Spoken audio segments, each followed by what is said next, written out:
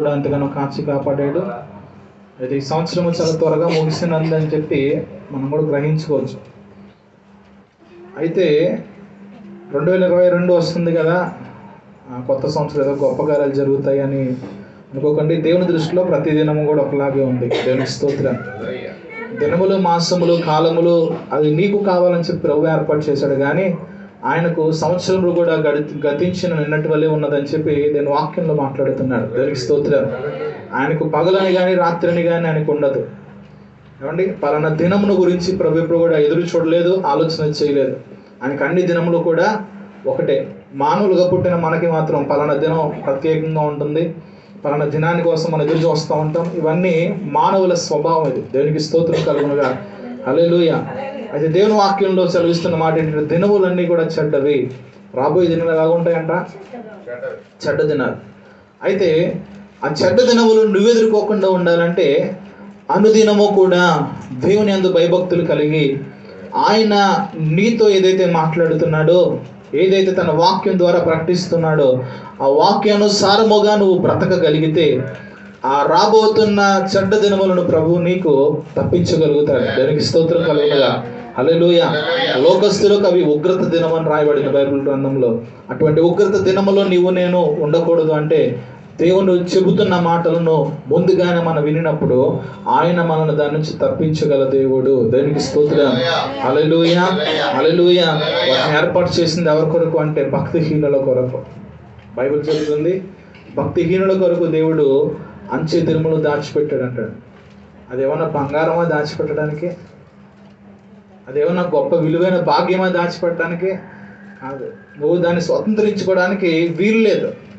ఒకవేళ నీవు ఇష్టానుసారంగా బ్రతుకుతూ దేవునికి విరోధమైన కార్యములు చేస్తూ ఉంటే మాత్రం ఆ దేవుడు దాచి ఉంచిన ఉగ్రత దినానికి నీవు కూడా పాలి భాగస్తుడు అవుతావేమో. జాగ్రత్త.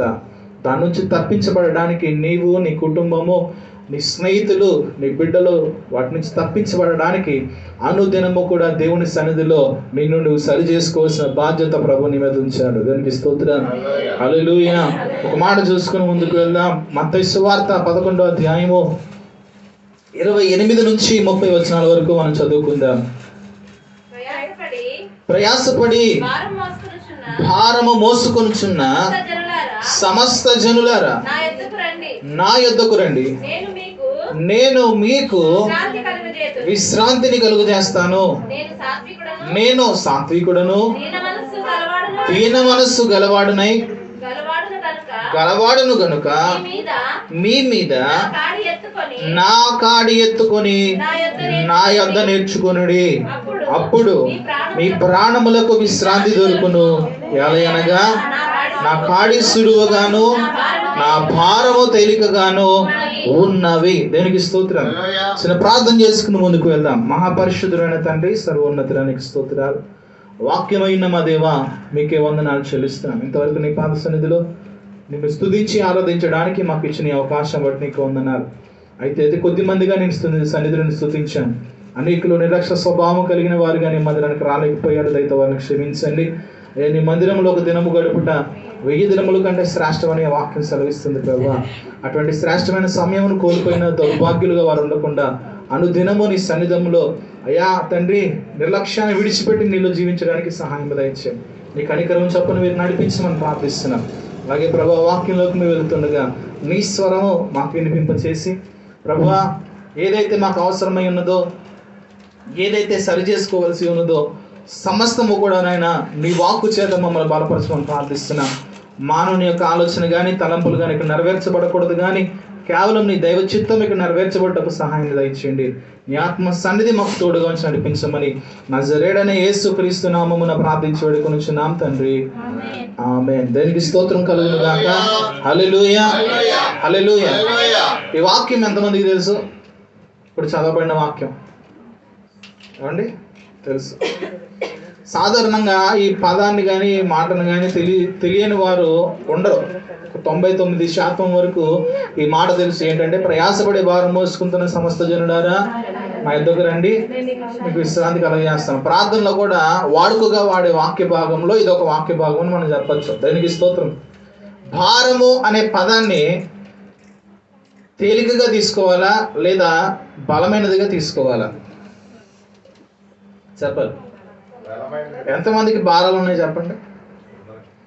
భారాలు ఉన్నాయి నాకు అన్నోళ్ళు చేతులు ఎత్తండి. 1 2 ఓన్లీ ముగ్గురా? నువ్వు ఉన్నావా?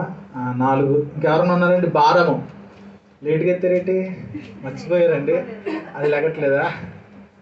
ఉన్నాయండి భారాలు మీకు? ఏం భారాలు ఉన్నాయి? ఏం భారాలతో మీరు బాధించబడుతున్నారు? ఏ భారమును మోయలేక మీరు ఉన్నారు చెప్పండి. నాకు తెలిసి 99.9% మీరు చెప్పే భారాలు ఏంటంటే కుటుంబాన్ని పోషించుకునే భారము. దేవునికి స్తోత్రం. అంతేనండి? మరి ఏ భారం అండి? అప్పుల భారమా? మరి వ్యాధుల భారమా? ఆరోగ్య సంబంధమైన భారమా? లేదా బంధువులతో వచ్చిన భారమా? ఏ భారం ఏమండి?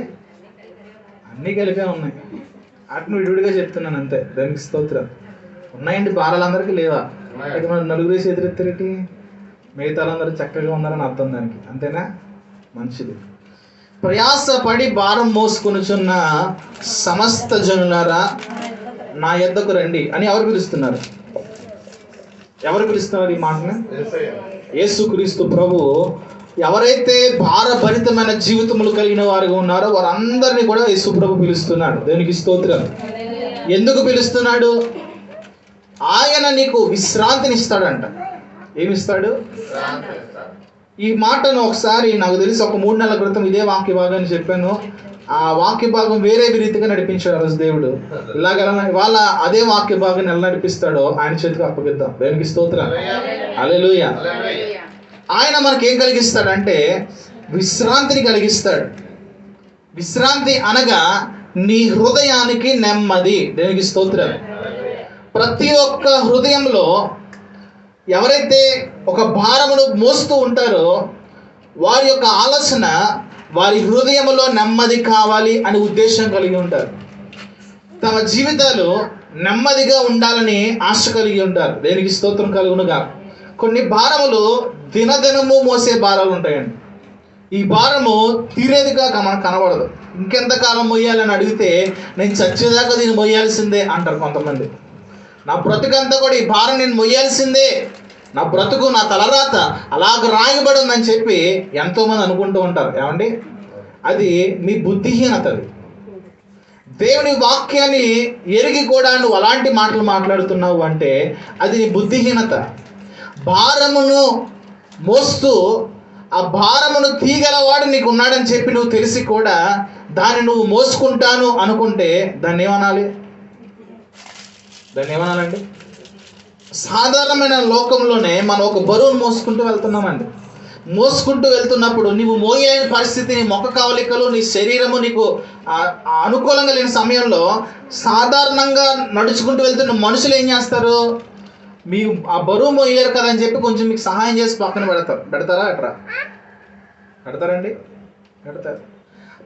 సాధారణమైన మనుషులే నీకు సహాయం చేయగలిగితే నీవు నమ్మి వచ్చిన నీ దేవుడు నీకు సహాయం చెయ్యలేడని ఎలాగనుకోగలుగుతున్నావు? నీవు ఎవరినైతే నమ్మి లోకాన్ని ప్రక్కన పెట్టి దేవుని సన్నిధికి వచ్చావో, ఎవరైతే నీకు సహాయం చేయగలుగుతాడని చెప్పి ఆయన దగ్గరికి వచ్చావో ఆయన మీద నువ్వు పరిపూర్ణమైన విశ్వాసాన్ని ఎందుకు పెట్టుకోలేకపోతున్నావు? దేవునికి స్తోత్రం కలుగునుగా.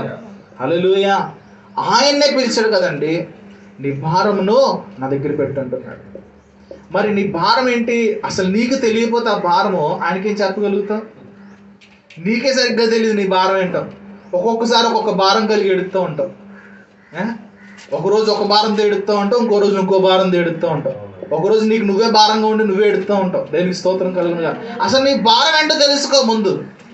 ఏ భారము చేత నువ్వు బాధించబడుతున్నావో, ఏ వేదన నీ హృదయాన్ని కలవరపరుస్తుందో ఆ వేదనను నువ్వు తలపోసుకుని అది దేవునికి తెలియపరచుకోవాలి. నువ్వు దేవుని దగ్గరికి వచ్చేసి ప్రభువా నా భారం తీసేయండి. ఏ భారం? నీ శరీరంలో కొవ్వు కూడా ఒక భారమే, అది తీసేయమంటారా? అంటే అది భారం కాదంటారా? మనకు మించిన బరువునే మనం మోస్తున్నాం చెప్పాలంటే. అది భారమే. నువ్వే భారం మోస్తున్నావు నీకే తెలియట్లా. దేవుని దగ్గరికి వస్తున్నావు కానీ దేవుని సన్నిధిలో నీ భారమును గుర్తించు మొదటగా. దేవునికి స్తోత్రాలు. అక్కడ అనేక ప్రజలను పిలుస్తున్నాడు. కొన్ని లక్షల కోట్ల మంది జనాంగము అక్కడ ఉన్నారు. వారందరూ ఒకే రకమైన భారము కలిగి ఉన్నారంటే కాదు. ఒక్కొక్క వ్యక్తి ఒక్కొక్క రకమైన భారముతో బాధించబడుతున్నాడు, మొగిలేని స్థితిలో ఉంటున్నాడు. దేవునికి స్తోత్రం కలుగునుగా. హల్లెలూయా. అది ఆ వ్యక్తికి తెలియకపోతే ఎలాగండి? ఒకసారి బైబిల్ గ్రంథంలో మనం చూడగలిగితే జక్కయ్య అనే వ్యక్తి ఉన్నాడు. ఆ వ్యక్తికి భారం అనేది ఉంది, కానీ భారం విషయం అతనికి తెలియట్లా. ఆ వ్యక్తి ఒక భారాన్ని మోస్తున్నాడు, కానీ ఆ భారం అతని ఏం మోస్తున్నాడో అతనికి అర్థం కాని పరిస్థితిలో జీవిస్తున్నాడు. అయితే అతను అనుకున్నాడు, యేసు ప్రభువు గురించి చాలా మంది చాలా మాటలు మాట్లాడుతున్నారు కదా, సరే ఆ మాటలను బట్టి ఆయన ఎలా ఉన్నాడో చూద్దాం, ఆయన ప్రవర్తన ఏంటో చూద్దాం. అసలు ఆయన మనలాంటి వాడిని గుర్తించడు కదా, కనీసం చూసి సంతోషపడిపోతాం. మనం అనుకుంటాం కదండి, ఎవరైనా సెలబ్రిటీస్ వెళ్తుంటే దూరం నుంచి చూసేద్దాం అనుకుంటాం. వీలైతే ఒక సెకండ్ ఇచ్చి ఒక ఫోటో తీసుకుని స్టేటస్లు కూడా పెట్టుకుంటాం. దేనికి స్తోత్రం కలుగునుగా. అంటే కొంతమంది అయితే ధైర్యంగా పెడతారు, కొంతమంది అయితే గుప్ చొప్పుగా తీసేసుకుని జాగ్రత్తగా ఫోన్లో దాచేసుకుంటూ ఉంటారు. లేరా అందులో మనలో ఉన్నారు. యేసు ప్రభు ఎవరో జస్ట్ చూసేద్దాం, నా నేత్రాస్తి ఇచ్చేసుకుందాం అనుకున్నాడు. ఎవరు? ఈ జక్కయ్య. ఈ జక్కయ్య చూస్తే ఎవరైనా ఈ జక్కయ్య ఏమైనా భారం కలిగి ఉన్నాడని చెప్పి అనుకుంటారా? అతనికి సమృద్ధి అయిన ధనం ఉంది, ఆస్తిపాస్తులు ఉన్నాయి. అలాంటి వాడు ఎవరికన్నా భారంగా కనబడతాడండి? అతని మొక్కల్లో ఏమైనా దుఃఖం కనబడద్దా? ఒక్కసారిగా యేసు ప్రభు ఎవరో చూద్దాం అనుకున్నాడు, కానీ యేసు ప్రభు చుట్టూ కొన్ని వేలాది జనాంగం ఉన్నారు. ఆ జక్కయ్యకి దేవునికి మధ్యన కొంతమంది వందల మంది జనాంగం ఉన్నారు. దేనికి స్తోత్రం కలుగునుగా. హల్లెలూయా. అందులో ఎంతమంది ఏ భారముతో యేసు ప్రభు దగ్గరికి వచ్చారో మనకు తెలియదు. అందులో ఉన్న జక్కయ్య కూడా ఏ భారం లేకుండానే యేసు ప్రభు దగ్గరికి వచ్చాడు. అయితే జక్కయ్యలో అతనికి తెలియనటువంటి ఒక భారము దాగి ఉండడం యేసు ప్రభు చూశాడు. దేవునికి స్తోత్రం కలుగును గాక. హల్లెలూయా, హల్లెలూయా. యేసు ప్రభు ఏమన్నాడండి అంటున్నాయి జక్కయ్య తోటి, జక్కయ్య త్వరగా దిగుము. జక్కయ్య షాక్ అయి ఉంటాడు. ఏమై ఉంటాడు? ఎలా తెలిసి ఈ జక్కయ్య అని పదాన్ని పలికేటప్పటికి అప్పుడు దాకా చాలా మంది ఒక్కొక్క రకంగా పిలిచారు. కొంతమందిని ఒక పేరు పెట్టి పిలవరండి, అవునా? కొన్ని రకాల పేర్లు పెట్టి పిలుస్తారు. అలాగే జక్కయ్య కూడా కొన్ని వందల పేర్లు ఉన్నాయేమో అక్కడ. ఏమని? ఒకడేమో పొట్టోడు అంటున్నాడు, ఒకడేమో వస్తున్నాడు దుర్మార్గుడు అంటున్నాడు, ఇంకోడేమో ఇది వాడు వచ్చాడంటే డబ్బులు తిని సత్తాడు అంతే అలా అంటున్నాడు. మరి కొంతమంది సొంకరోడు వస్తున్నాడు రోయ్ అని చెప్పి పిలుస్తున్నారు, కొంతమంది పొట్టోడు వస్తున్నాడు అని పిలుస్తున్నాడు. ఏమండి? పాపాత్ముడు వస్తున్నాడని చెప్పి మరి కొంతమంది పిలుస్తారు. ఒక సరైన పేరు జక్కయ్యకి లేదు. అసలు ఆ పేరు పక్కన గౌరవమే లేదు. మనం ఎప్పుడైనా జక్కయ్య గారు అన్నామండి? ఎప్పుడన్నా మనమేమో అక్కడ వాళ్ళు ఇంకేమెత్తారు, అంతే కదా. ఎప్పుడు చెప్పినా ఏం చెప్తాం? జక్కయ్య. ఏదో మన ఫ్రెండ్ లాగా ఒరే జక్కయ్య అని పిలిచినట్టు పిలుస్తాం మనం. దేవునికి స్తోత్రం కలుగునుగా. ఆ జక్కయ్యని దేవుడు చూశాడంటండి. జక్కయ్య త్వరగా కిందకి దిగిరా, నేను ఇంటికి రావాలని. అందులో ఏం భారం ఉందని నాకు అర్థం కాల. ఆ మాటలో ఏ భారం ఉంది ఏంటి? నేను వస్తాను మీ ఇంటికి అన్నప్పుడు మనం సంకల్పం ఉద్దేశించుకుంటాం. మామూలుగా మనం ఏమనుకుంటామంటే, జక్కయ్య స్థానంలో కనుక నీవు నేనుంటే నాకున్న సామర్థ్యతను బట్టి, నాకున్న ధనాన్ని బట్టి ఒక కోడేసేస్తా, ఒక మేకేసేస్తా, ఒక భారీ పులస్తాంపు తెప్పించేస్తాను, ఇంకా కావాల్సిన రకరకాల రొయ్యలు ఇవన్నీ తెచ్చి సమృద్ధిగా భోజనం పెట్టి నా సత్తా ఏంటో చూపిస్తాను అనుకుంటాం మనమైతే. జక్కయ్యని పిలవగానే జక్కయ్యకి ఎందుకు వచ్చి ఈ ఆడడం మొదలు పెట్టాడండి. దేనికి స్తోత్రం కలుగునుగా. అసలు జక్కయ్య ఆడవడం అక్కడ ఉన్న కొన్ని వందలాది మంది జనాంగం ఎప్పుడు చూసి ఉండరేమో. జక్కయ్య ఒంటరిగా కూర్చొని ఏడిసిన సమయం కూడా ఎవరు చూసుండరు. జక్కయ్యకే తెలియదేమో నాకు తెలిసి. దేనికి స్తోత్రం కలుగునుగా. హల్లెలూయా. అసలు యేసు ప్రభు ఎందుకు వచ్చాడో జక్కయ్యకి అర్థం కాలేదు, కానీ ఎప్పుడైతే జక్కయ్యని కిందకి దిగిరా అని పిలిచాడో జక్కయ్య లోపల ఉన్న భారం కూడా బయటకు వచ్చేసిందండి. దేనికి మహిమ కలుగునుగా. హల్లెలూయా. అది ఏమంటాడండి? వెంటనే దిగి సంతోషముతో ఆయనను చేర్చుకొనెను. అందరూ అది చూచి ఇతడు పాపి అయిన మనుషునితో బస చేయాలని చాలా సనుక్కుంటున్నారండి. ఏమనుకుంటున్నారంటండి? ఒక పాపిస్టోడితో ఈయన వచ్చి బస చేస్తాడా? బస అంటే కలిసి భోజనం చేస్తాడా? ఆహ్వానించకుండా వస్తున్నాడు ఏంటి ఈయన? అంటే ఎవరన్నా ఆయన జక్కైన దాని ఇంటికి రా భోజనం పెడతానాడా? ఏం చేశాడు? తనంతట తాను జక్కయ్య దగ్గరికి వెళ్ళాడు. అప్పుడు జక్కయ్య మాటలు చూద్దాం. నిలవబడి ప్రభువా, ఏమడిగితే ఏం మాట్లాడుతున్నాడు? ఏమంటే నీ ఇంటికి నేను భోజనానికి వస్తాను అన్నాడు. కుదురుగా భోజనం పెట్టేసి పంపించేయచ్చు కదా. ఇవన్నీ అడిగాడు ఆయన ఏమన్నా? ఏమ్మా మనం కూడా గప్పు చెప్పుకుంటాం అలాంటి సార్లు. అమ్మయ్య అడగలేదు, ఆయన తెలిసి కూడా అడగలేదు అంటే మంచిది. ఏమనుకుంటున్నాం?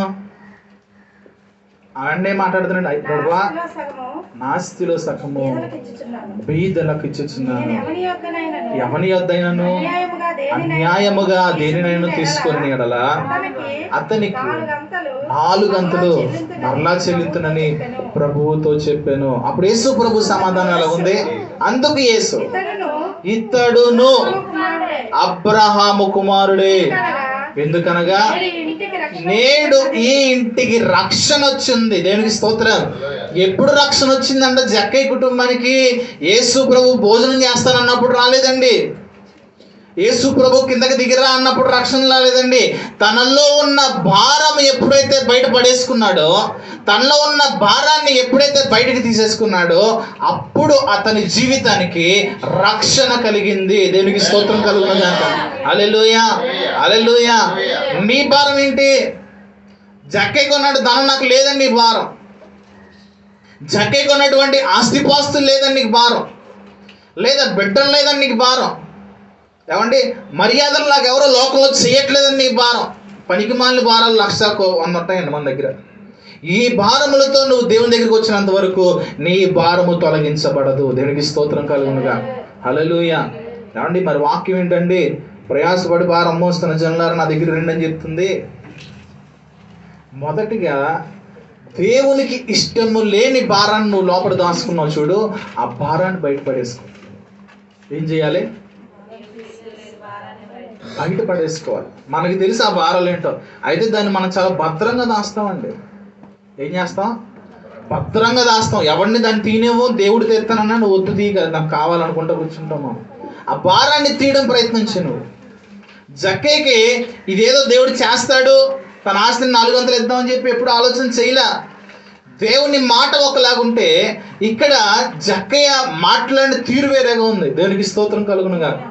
భోజనానికి పిలిచాడు. కేవలం నేను ఇంటికి వచ్చి భోజనం చేస్తాను రా బాబా అంటే, ఇక్కడ జక్కయ్య మాట్లాడిన దానికి ఆయన భోజనానికి సంబంధం ఏముందండి? సంబంధం లేదు.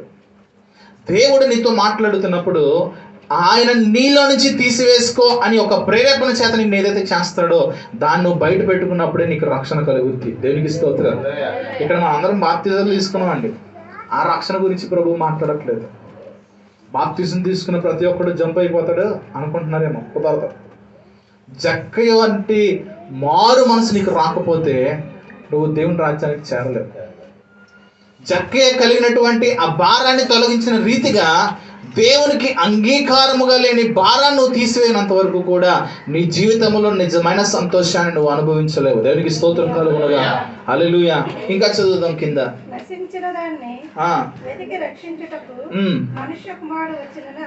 దేవునికి మహిమ కలుగునుగా. దేనికి వచ్చాడంటే ఆయన అంతకే? ఆయన భారం ఏంటో తెలుసా? నువ్వు నశించిపోతున్నావు అని ఆయనకి భారం. యేసు ప్రభు భారం ఏంటి? ఆయన భారం ఏంటండి? నశించిపోతున్నావే అని చెప్పి ఆయనకు భారం అంట. ఆ భారాన్ని తీర్చడానికి ఆయన ఈ లోకానికి వచ్చాడు. దేనికి స్తోత్రం. మత్తయి సువార్తలోకి వచ్చేద్దాం. 11వ అధ్యాయంలో 29 నుంచి చదవండి. నేను సాత్వికుడను దీన మనస్సు గలవాడను గనుక మీ మీద నా కాడెత్తుకుని నా యొద్ద నేర్చుకోండి. దేనికి స్తోత్రం. పైన మాట్లాడిన దానికి కింద మాట్లాడిన దానికి తేడా చెప్పాలి. నాకు 28వ వచనానికి 29వ వచనానికి తేడా ఏంటి? చదివారు? 28వ వచనం 28వ వచనానికి 29వ వచనానికి తేడా ఏంటి?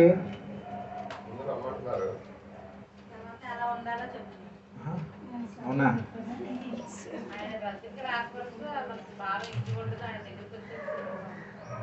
కాదు. మొదట నీ భారాన్ని తీసుకున్న దగ్గర రమ్మంటున్నాడా? ఇప్పుడు ఆయన భారాన్ని నేను తీసుకోమంటున్నాడు.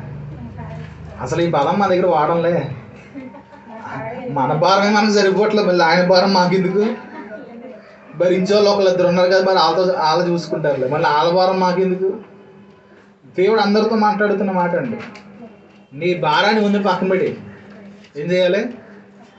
పక్కన పెట్టేసి నేను సాత్వికుడను దీన మనస్సు గలవాడను కనుక మీరు మీ మీద నా కాడ ఎత్తుకుని నా యొక్క నేర్చుకుని నా కాడ ఎలా మోయాలో మీరు నేర్చుకుని నా దగ్గర. ఎక్కడ నేర్చుకోవాలి? సతీష్ కుమార్ గారి దగ్గర నేర్చుకోవాలి కాడేంట. అంటే దహించ్ అగ్ని థామస్ గారి దగ్గర నేర్చుకోవాలి కాడేంట. జ్యోతిరాజ్ గారి దగ్గర నేర్చుకోవాలి కాడేంట. జాన్ వెస్లీ గారి దగ్గర నేర్చుకోవాలి, రమేష్ గారి దగ్గర నేర్చుకోవాలి, ఇర్మియా గారి దగ్గర నేర్చుకోవాలి కాడేంట. అంతేనా? మరి కాడ ఎవరి దగ్గర నేర్చుకోవాలంట? ఎక్కడ దొరుకుతుందండి నేర్చుకోవడం అండి? ఎక్కడ ఉందా మాట నేర్చుకున్నాను? వాళ్ళు నేర్పిస్తారులే, వీళ్ళు నేర్పిస్తారులే అని పరిగెడతాం మనం.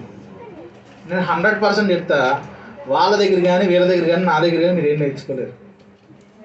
ఆయన మాట్లాడింది ఎవరి దగ్గర నేర్చుకోమంటున్నాడు? ఎందుకే? నేను మీకోసం ఏర్పాటు చేసిన వాళ్ళని లేదా గొప్ప గొప్ప పేరు ప్రతిష్ట ఉన్న వాళ్ళ దగ్గర నేర్చుకుంటారా బాబు అన్నాడు. ఆయన ఏమన్నాడండి? ఎక్కడ?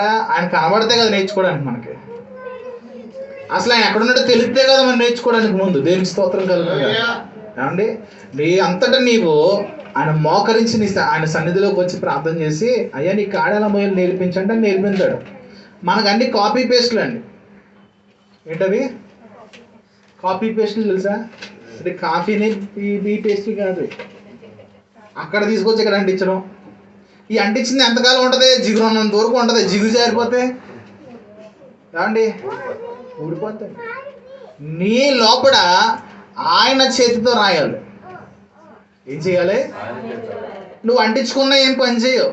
ఇల్లు దులిపినప్పుడన్నా పడిపోద్ది. గట్టిగా 4 రోజులు వర్షం పడితే చెమ్మ కూడిపోద్ది. ఎక్కడి నుంచి తెచ్చి అంటించుకుంటావు? ఏమండి? ఆ కింద స్టాంప్ ప్లేస్ ఉన్నా కూడా పని చేయదండి. దేవునికి స్తోత్రం కాదు. నీ మట్టుకు నీవు ఆయన దగ్గరకు వచ్చి నువ్వు నేర్చుకోవాలి. ఏం చేయాలి? వ్యక్తిగతముగా ఆయనతో సహవాసం చేసుకోవాలి. అలా చేయాలంటే ఆయన భారం నువ్వు మోయడం నేర్చుకోవాలి. మొదట ఆ భారం ముందు తీయాలంటే నీ దగ్గర ఖాళీ అయిపోవాలి. దేవునికి స్తోత్రం కలుగుతుంది కాదు. అంటే ఇప్పుడు నా జోబులో ఇది ఫుల్ అయిపోయిందండి. ఏమి మొబైల్తో ఫుల్ అయిపోయింది. ఇప్పుడు ఇది దేవుని భారం అనుకుందాం. దూరద్దా? బలవంతంగా దూరతా, ఫ్యాంట్ చిరిగిపోతా. ఏమండి? లేదా ఇలా పెట్టుకుంటాను, నడుస్తూ ఉంటాను, జారిపోయి పడిపోద్ది. ఎందుకంటే బయట ఉంది ఎవరిది? దేవుని భారం. అవునా? ఆయన చెబుతుంది ఏంటంటే మొదట నీ దగ్గర ఉన్న భారాన్ని పక్కన పెట్టేసి అప్పుడు నా భారాన్ని తీసుకో. నా కాడి, ఇది ఆయన కాడు అనమాట. తీసుకుంటే ఇప్పుడు లోపల ఖాళీ ఉన్న కానీ దూరింది అనమాట. ఇది మోయడానికి నీకు నష్టం లేదు, కానీ ఇది మోసేయడానికి మాత్రం ఎంత ఫీల్ అయిపోతావో. అండి, నీ పాప భారాన్ని మోసుకోవడానికి అసలు నీకు ఫీలింగే ఉండదు. ఆయన ఏదో పని అప్ చెప్పి మొయ్యరా బాబు అంటే మాత్రం అయ్యే బాబు ఇంకేమన్నా ఉందా, నేను మొయ్యలేకపోతున్నాను ఏంటి, అయ్యా ఏది కాదు. ఇది ఎలా మొయ్యాలి ఎవరి దగ్గరికి వెళ్ళి అడుగుతా. గూగుల్ సెర్చ్, దేవుని కాడి మొయ్యడం ఎలా. ఇప్పుడు కొత్త రకం వచ్చిందండి, టైపింగ్ కూడా సైకిల్. దేవుని కాడి మొయ్యి ఏంటి, టైపింగ్ కూడా అవసరంలే. నాకు నవ్వు వస్తుందండి బాబా ఈ టెక్నాలజీ. నేనే ఎప్పుడు వాడలేదుగా. అసలు ఏ చదువు రానంలో దేవుని కాడి మొయ్యి అంటే నాకు పిచ్చెక్కిపోతుంది. దేవుని స్తోత్రం కలుగుతుంది. బొడ్డ పిల్లలు 2 సంవత్సరాలు అట్లా ఓకే అన్నారు, అదే ఓపెన్ అయిపోతుంది. అది అంత మంచిదో అర్థం కావట్లేదు. ఆ స్వరం సరిగ్గా రాకపోయినా నత్తి భాషతో మాట్లాడినది చెప్పేస్తుందండి. దేవుని దగ్గర మాత్రం మనం అడగం. ఆయన ఎలా మోసాడు టైప్ చేస్తాం. ఆ పాలు మాన్య దగ్గర ఎలా కాళ్ళు మోసాడు అనగానే ఆ మెసేజ్ వస్తుంది. నేను ఇలా మోసాను అలా మోసాను, ఇలా మోసేద్దాం అయితే అంటే ఇది నాకు కుదరట్లేదు. కొంచెం తేలిగ్గా. ఎవరు తేలిగ్గా మోసారు? పెద్ద ఉన్న చూస్తాను, చిన్నపిల్లలను చూడరుగా మీరు. ఏమండి? ఇలా కాదు. పెద్ద ఆయన ఉన్నాడు బాగా, బిల్లీ గ్రహం గారు ఎలా మోసాడు చూద్దాం. హౌ బిల్లీ గ్రహం, ఏమంటే ఇంగ్లీష్లో చెప్పండి. బిల్లీ గ్రహం హౌ మోసాడు, అది కూడా వచ్చేస్తుందండి. గూగుల్ తల్లికి ఏ భాషలో మాట్లాడినా వచ్చిందండి. ఇంగ్లీష్ తెలుగు కలిపి మాట్లాడేసినా మాట్లాడేస్తుంది. దేవుని స్తోత్రం కలుగుతుంది. ఆ బిల్లీ గ్రహం గారు మోసేద్దాం. నువ్వు ఎవరి దగ్గరికి వెళ్ళి నేర్చుకున్నా ఆ కాడి నువ్వు మొయ్యదు. అంటే అన్ని రకాల భారాలు ఒకటి కాదండి, అన్ని రకాల కాడులు ఒకటి కాదు దేవుడు నీ మీద మోపించేది. దేవునికి స్తోత్రాలు ఉన్నగా. హల్లెలూయా. ఆయన అంటున్నాడు, నా దగ్గరికి వచ్చిన సాత్వికుడను దీన మనస్సు గలవాడను గనుక మీ మీద నా కాడి ఎత్తుకుని నా యొద్ద నేర్చుకోండి. నువ్వు మొదట ఆయన కాడిని ఎత్తుకుని ఆయన దగ్గరికి రావాలి. ఖాళీ చేతులతో రాకే. ఆయన కాడి పట్టుకుని అయ్యా దీన్ని ఎలా మోయాలి నాకు చెప్పవా అని అడగండి. ఎందుకు వచ్చిన బతుకురా బాబు, నా కాడే నాకు ఎక్కువ అయిపోయిందని చాలామంది తిరుగుతున్నారు. ఆయన రక్తంలో కడగబడిన ప్రతి ఒక్కరి మీద ఆయన కాడి మోపబడి ఉన్నది. దేవునికి స్తోత్రం కలుగునుగా. హల్లెలూయా. అంటే మన భారాలకే టైం సరిపోవట్లే, మళ్ళీ ఆయన కాడ ఎక్కడ మొత్తం? మన భారాలకు టైం సరిపోతుంది నిజం చెప్పండి? మన కాళ్ళు మోసుకోవడానికి మన టైం సరిపోతుందా? సరిపోవట్లే. మనం ఏం చేస్తాం అంటే మన కాడు ఉంచుకుంటాం, ఆయన కాడి కూడా మోసడానికి ప్రయత్నం చేస్తూ ఉంటాం. నీ కాడి మోసేసరికి 24 గంటలు అయిపోతుంది, మళ్ళీ పొద్దున్న లేసాక మళ్ళీ 24 గంటలు సరిపోతుంది. అలాగే 366 రోజులు కూడా సరిపోతుంది. ఆరేనండి 365 రోజులు కూడా తీరాసొత్త ఆయన కాడి మాత్రం కదలలేని పరిస్థితిలో ఉంది. ఆయన అడుగుతాడేమో నా కాడి ఏం చేసావు? ఇక్కడే ఉంది, నా దగ్గరే ఉంది, ఎత్తు బాగానే ఉంది, ఆయన దగ్గర అడుగుతున్నావా? నీ కాడ ఎలా మోయాలి, ఎక్కడ మోయాలి, ఎలా మోయాలి అని అడిగే పరిస్థితులు అయితే లేదు. గూగుల్ సెర్చ్లో సరిపోతుంది. మన భారం అంతా ఇది ఎక్కువైపోయిందండి. ఎక్కువగా నిజమంటారా అబద్ధం అంటారా? దీంట్లో ఎక్కువ సెర్చ్ చేయడం వల్ల దేవునితో నీకున్న సహవాసం పోయింది. ఇర్మియా గ్రంథము 33 అధ్యాయం 3వ వచనం చదవండి ఒకసారి. తెలిస్తే డక్మని చెప్పించండి. నాకు మొరపెట్టుము. ఏం చేస్తాడంట? అసలు నువ్వు మొరపెట్టకుండా నీకేం ఉత్తరం ఇస్తాడు? నువ్వనే వ్యక్తివి ఆయన దగ్గర రాకుండా, నీ బ్రతుకేంటో ఆయన తెలియపరచకుండా, ఏ భారము చేత నువ్వు ఏడుస్తున్నావో తెలియకుండా ఆయనకి ఎలా తెలుస్తుంది? ఆయనకి అన్నీ తెలుసండి, హృదయాంతర భాగాలు తెలిసిన దేవుడు. ఆయనకి మరుగైంది ఏదీ లేదు. ఆయనకే వాక్యాలు చెప్పే రకాన్ని నేను అని చెప్తూ ఉంటావు. నాకు మొరపెట్టుము. మొర అంటే ఎలా పెడతారండి? ఇదిగో నాకు చెప్పే అయిపోయింది అంటారా? ఎంతసేపు మొర పెడతారు? ఆయన ఉత్తరం ఇచ్చేదాకా మొరపెట్టారు. ఉన్నావా? టైం పెట్టుకుంటావు, అలారం పెట్టుకుంటావు. అలారం పెట్టుకుని అలారం టైంలోనే మొరపెడతావు. ఇదిగో ఇంకొక గంటలో కనుక నువ్వు నాకు సమాధానం చెప్పలేదా, ఈ కాడు ఎక్కడ వదిలేసిపోతా అంటే వచ్చేయాలా? అటు నువ్వు ఆర్డర్లు వేస్తున్నావు ఏంటి దేవుడికి? ఏమండి, నువ్వు ఆర్డర్లు వేసేంత పెద్దోడు అయిపోయావా? సీనియారిటీ వచ్చి ఉండొచ్చేమో. దేవునికి స్తోత్రం. దేవుని దగ్గర నీ సీనియారిటీ పనిచేయదు. కొంతమంది ఏం చేస్తారు సార్, దేవునికి ఆర్డర్లు వేస్తారండి ఆర్డర్లో చెయ్యి. ఎవరినే ఇలాంటి ప్రార్థనలు నేను చాలా విన్నానండి. చెయ్యి లేకపోతేనా ఇట బెదిరింపులేటి? ఎవరితో బెదిరింపు? ఎవరితో మాట్లాడుతున్నావు నువ్వు? ఆయన దగ్గర బతిమలాడుకోవాలండి మనం. ఆయన దగ్గర నువ్వు ఏం చేయాలి? బతిమలాడుకోవాలి. ఆయన మొరపెట్టు అంటున్నాడు. నాకు మొరపెట్టుము, నేను నీకు ఉత్తరం ఇస్తాను. నీవు గ్రహింపులు, అసలు ఆ కాడి ఎందుకు నీకు ఇచ్చాడో నీకు తెలియదు కదా. నీవు గ్రహింపులేని గూఢమైన సంగతులు నీకు తెలియపరుస్తాడు దేవుడు. దేనికి స్తోత్రం కలుగునుగా. హల్లెలూయా. ఈ జోబులోనేమో ఫుల్గా నీ భారం పెట్టుకుంటూ ఆయన కాడి పెట్టుకోవడానికి ప్రయత్నం చేస్తూ ఉంటావు. ఎక్కడ సరిపోద్ది ఆ కాడి నీకు? ఎక్కడ సరిపోద్ది ఆ కాడి? నీ బరువును మొదలు పక్కన పెట్టేసి, నీ బుద్ధిని పక్కన పెట్టేసి. ఇంకో మాట సామెతల గ్రంథంలో ఉంటుంది ఆ మాట, బుద్ధికి సంబంధించి. మన భారం ఏం చేయాలంటండి?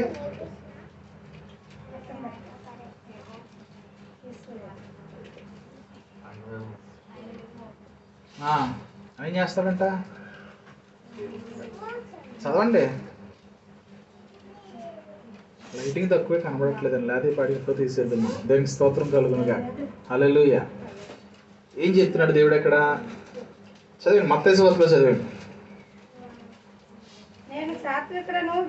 దీన మనస్సు గలవాడను గనుక మీ మీద నా కాడిని ఎత్తుకుని నా దగ్గర నేర్చుకునుడి. అప్పుడు ఎప్పుడంట? ఎప్పుడు కలుగుద్దంట? కాడి మోసేస్తే కాదమ్మా, ఆ కాడి ఎలా మోయాలని దగ్గర నేర్చుకుంటే. ఎంతమంది నేర్చుకున్నారు ఇప్పుడు దాకా?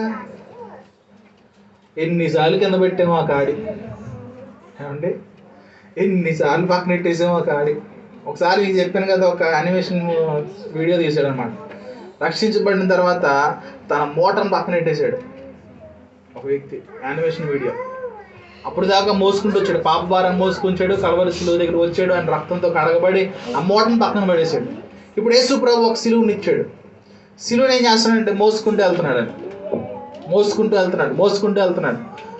మనకు ఆయాసం వస్తుంది కదా, ఏమవుతుంది?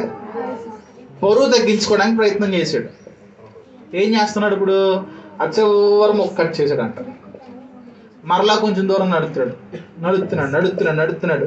మరీ బరువు అయిపోయింది. మరీ కొంచెం కట్ చేశాడు. తీరా అయ్యేటప్పటికి ఎంత వచ్చింది సిలువ.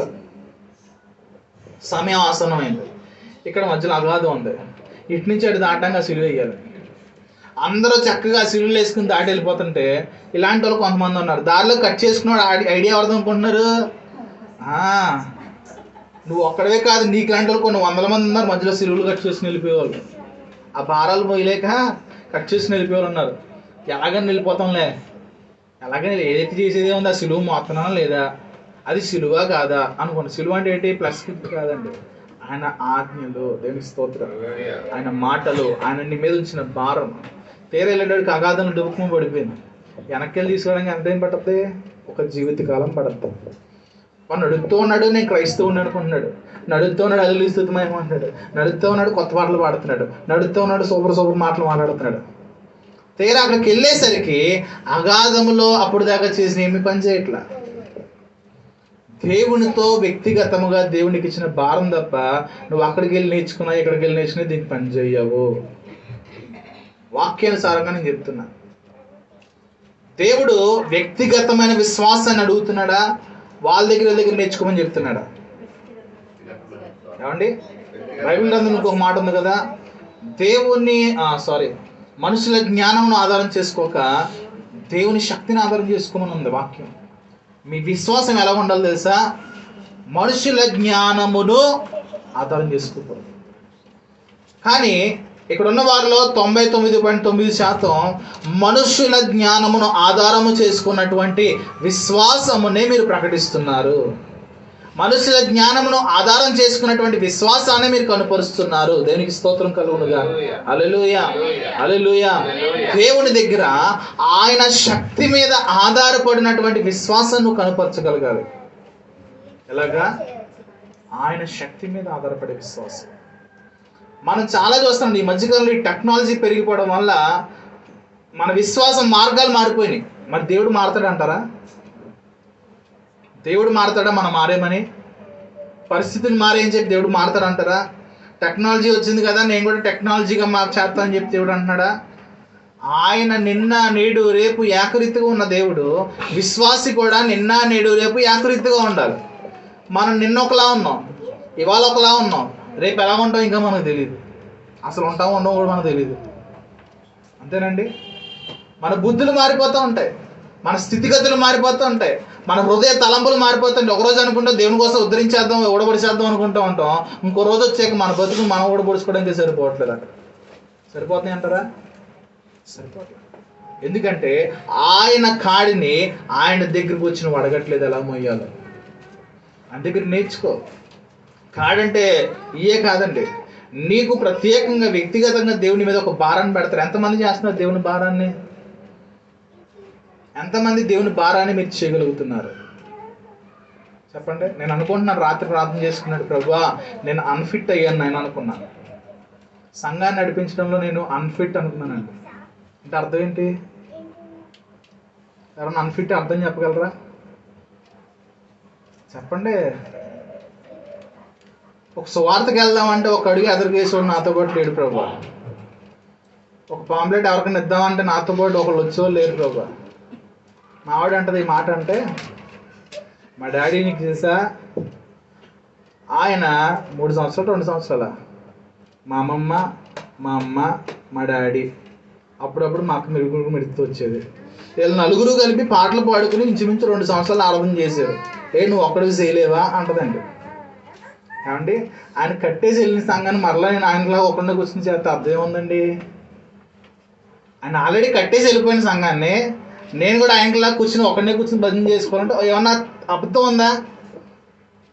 అలా చేయాలంటే నేను ఇంకో చోట కొత్తగా పెట్టుకుని అలా చేయాలి. దీన్ని బట్టి ఏమర్థమైంది? ఆయన అన్ఫిట్టా నేను అన్ఫిట్టా? చెప్పండి. ఆయన అన్ఫిట్టా నేను అన్ఫిట్టా? అంటే మిమ్మల్ని అన్నండి, అసలు మిమ్మల్ని అన్నాక నేను సరిపోను. దేవునికి స్తోత్రం కలుగునుగా. ఎందుకంటే దేవుడు వాక్యంలో తన ప్రజలను ఏమనొద్దు అన్నాడు. కాబట్టి అనడానికి నేను సరిపోను. ఎవరు అన్ఫిట్ ఇక్కడ, నేనా లేక ముందు ఉన్న ఆయన? అసలు మీరు కాదండి అన్ఫిట్, మిమ్మల్ని మీరు అనుకోవడానికి సరిపోరు. ఎవరు అన్ఫిట్ అండి? సంఘ కార్యక్రమాలు ఎలాగ వెళ్తున్నాయి, పరిశీలన చేసుకోండి. 2020కి 2021కి 2019కి పోని ఎలా ఉన్నాయి సంఘ కార్యక్రమాలు? ఏమో అన్న ఆల్ నైట్ ప్రార్థనకి ఎంతమంది వస్తున్నారు? ఆదివారం ప్రార్థనకు దేవుడు ప్రేరేపిస్తే ఎంతమంది వస్తున్నారు? చాలామంది అంటే ఈ పాట అనకూడదు అనుకుంటున్నాం, కానీ దేవుడు ఎక్కడి నుంచి అనిపిస్తున్నాం, దాన్ని దేవుడు క్షమించాలి. దేవుడి కంటే ఎక్కువగా మీరే నన్ను క్షమించాలి. అసలు సంఘం ఎవరి కోసం? దేవుని కోసం ఎవరున్నారు? దేవుని కోసం ఎవరు? ప్రజల కోసం దేవుడా, దేవుని కోసం ప్రజలా? మాట్లాడండి అమ్మ కొంచెం. దేవుని కోసం ప్రజలా, ప్రజల కోసం దేవుడా? ఏమండి? దేవుని కోసం ప్రజలు, ప్రజల కోసం సేవకుడా, సేవకుడు కోసం ప్రజలా? మీరు చెప్పలేదు ఈ మాట, అందుకని ఏమండి గట్టిగా చెప్పాలి. ప్రజల కోసము సేవకుడు అంటే మీకు నేను ఎవరిని ఇప్పుడు అంటే నేనే కాదు, ఒక సేవకుడుగా ఉన్న ప్రతి ఒక్కరు కూడా మీకు పనిచేసేవాళ్ళు.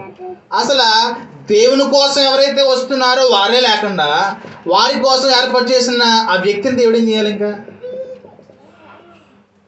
అర్థమవుతుందండి? పల్లెటూరులో గురించి పక్కనెట్టండి. అంటే నామకార్థ సంఘాలు చూస్తుంటే మనకంటే భయంకరమైన ఉద్యోగం కనబడుతుందండి. వాళ్ళు నాకు పిచ్చెక్కిపోతుంది. ఏంటి ఎంత వాక్యాన్ని నేర్చుకుని ఎంతగా దేవుని ఎలాగ ఆరాధించాలో నేర్చుకుని వాళ్ళ ముందు తేలిపోతున్నారు ఎలా అని చెప్పి బాధేస్తుంది నాకు ఒక్కొక్కసారి. మీరు చూస్తున్నారా బయట సంఘాలని? చూడలేదా?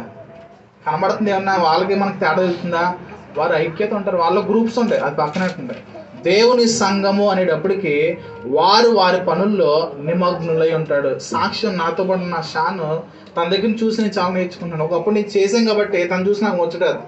అవి ఆత్మీయ జీవితాన్ని గురించి పక్కన పెడితే దేవుని పని వారు చేయడంలో నిమగ్నులై ఉంటారు.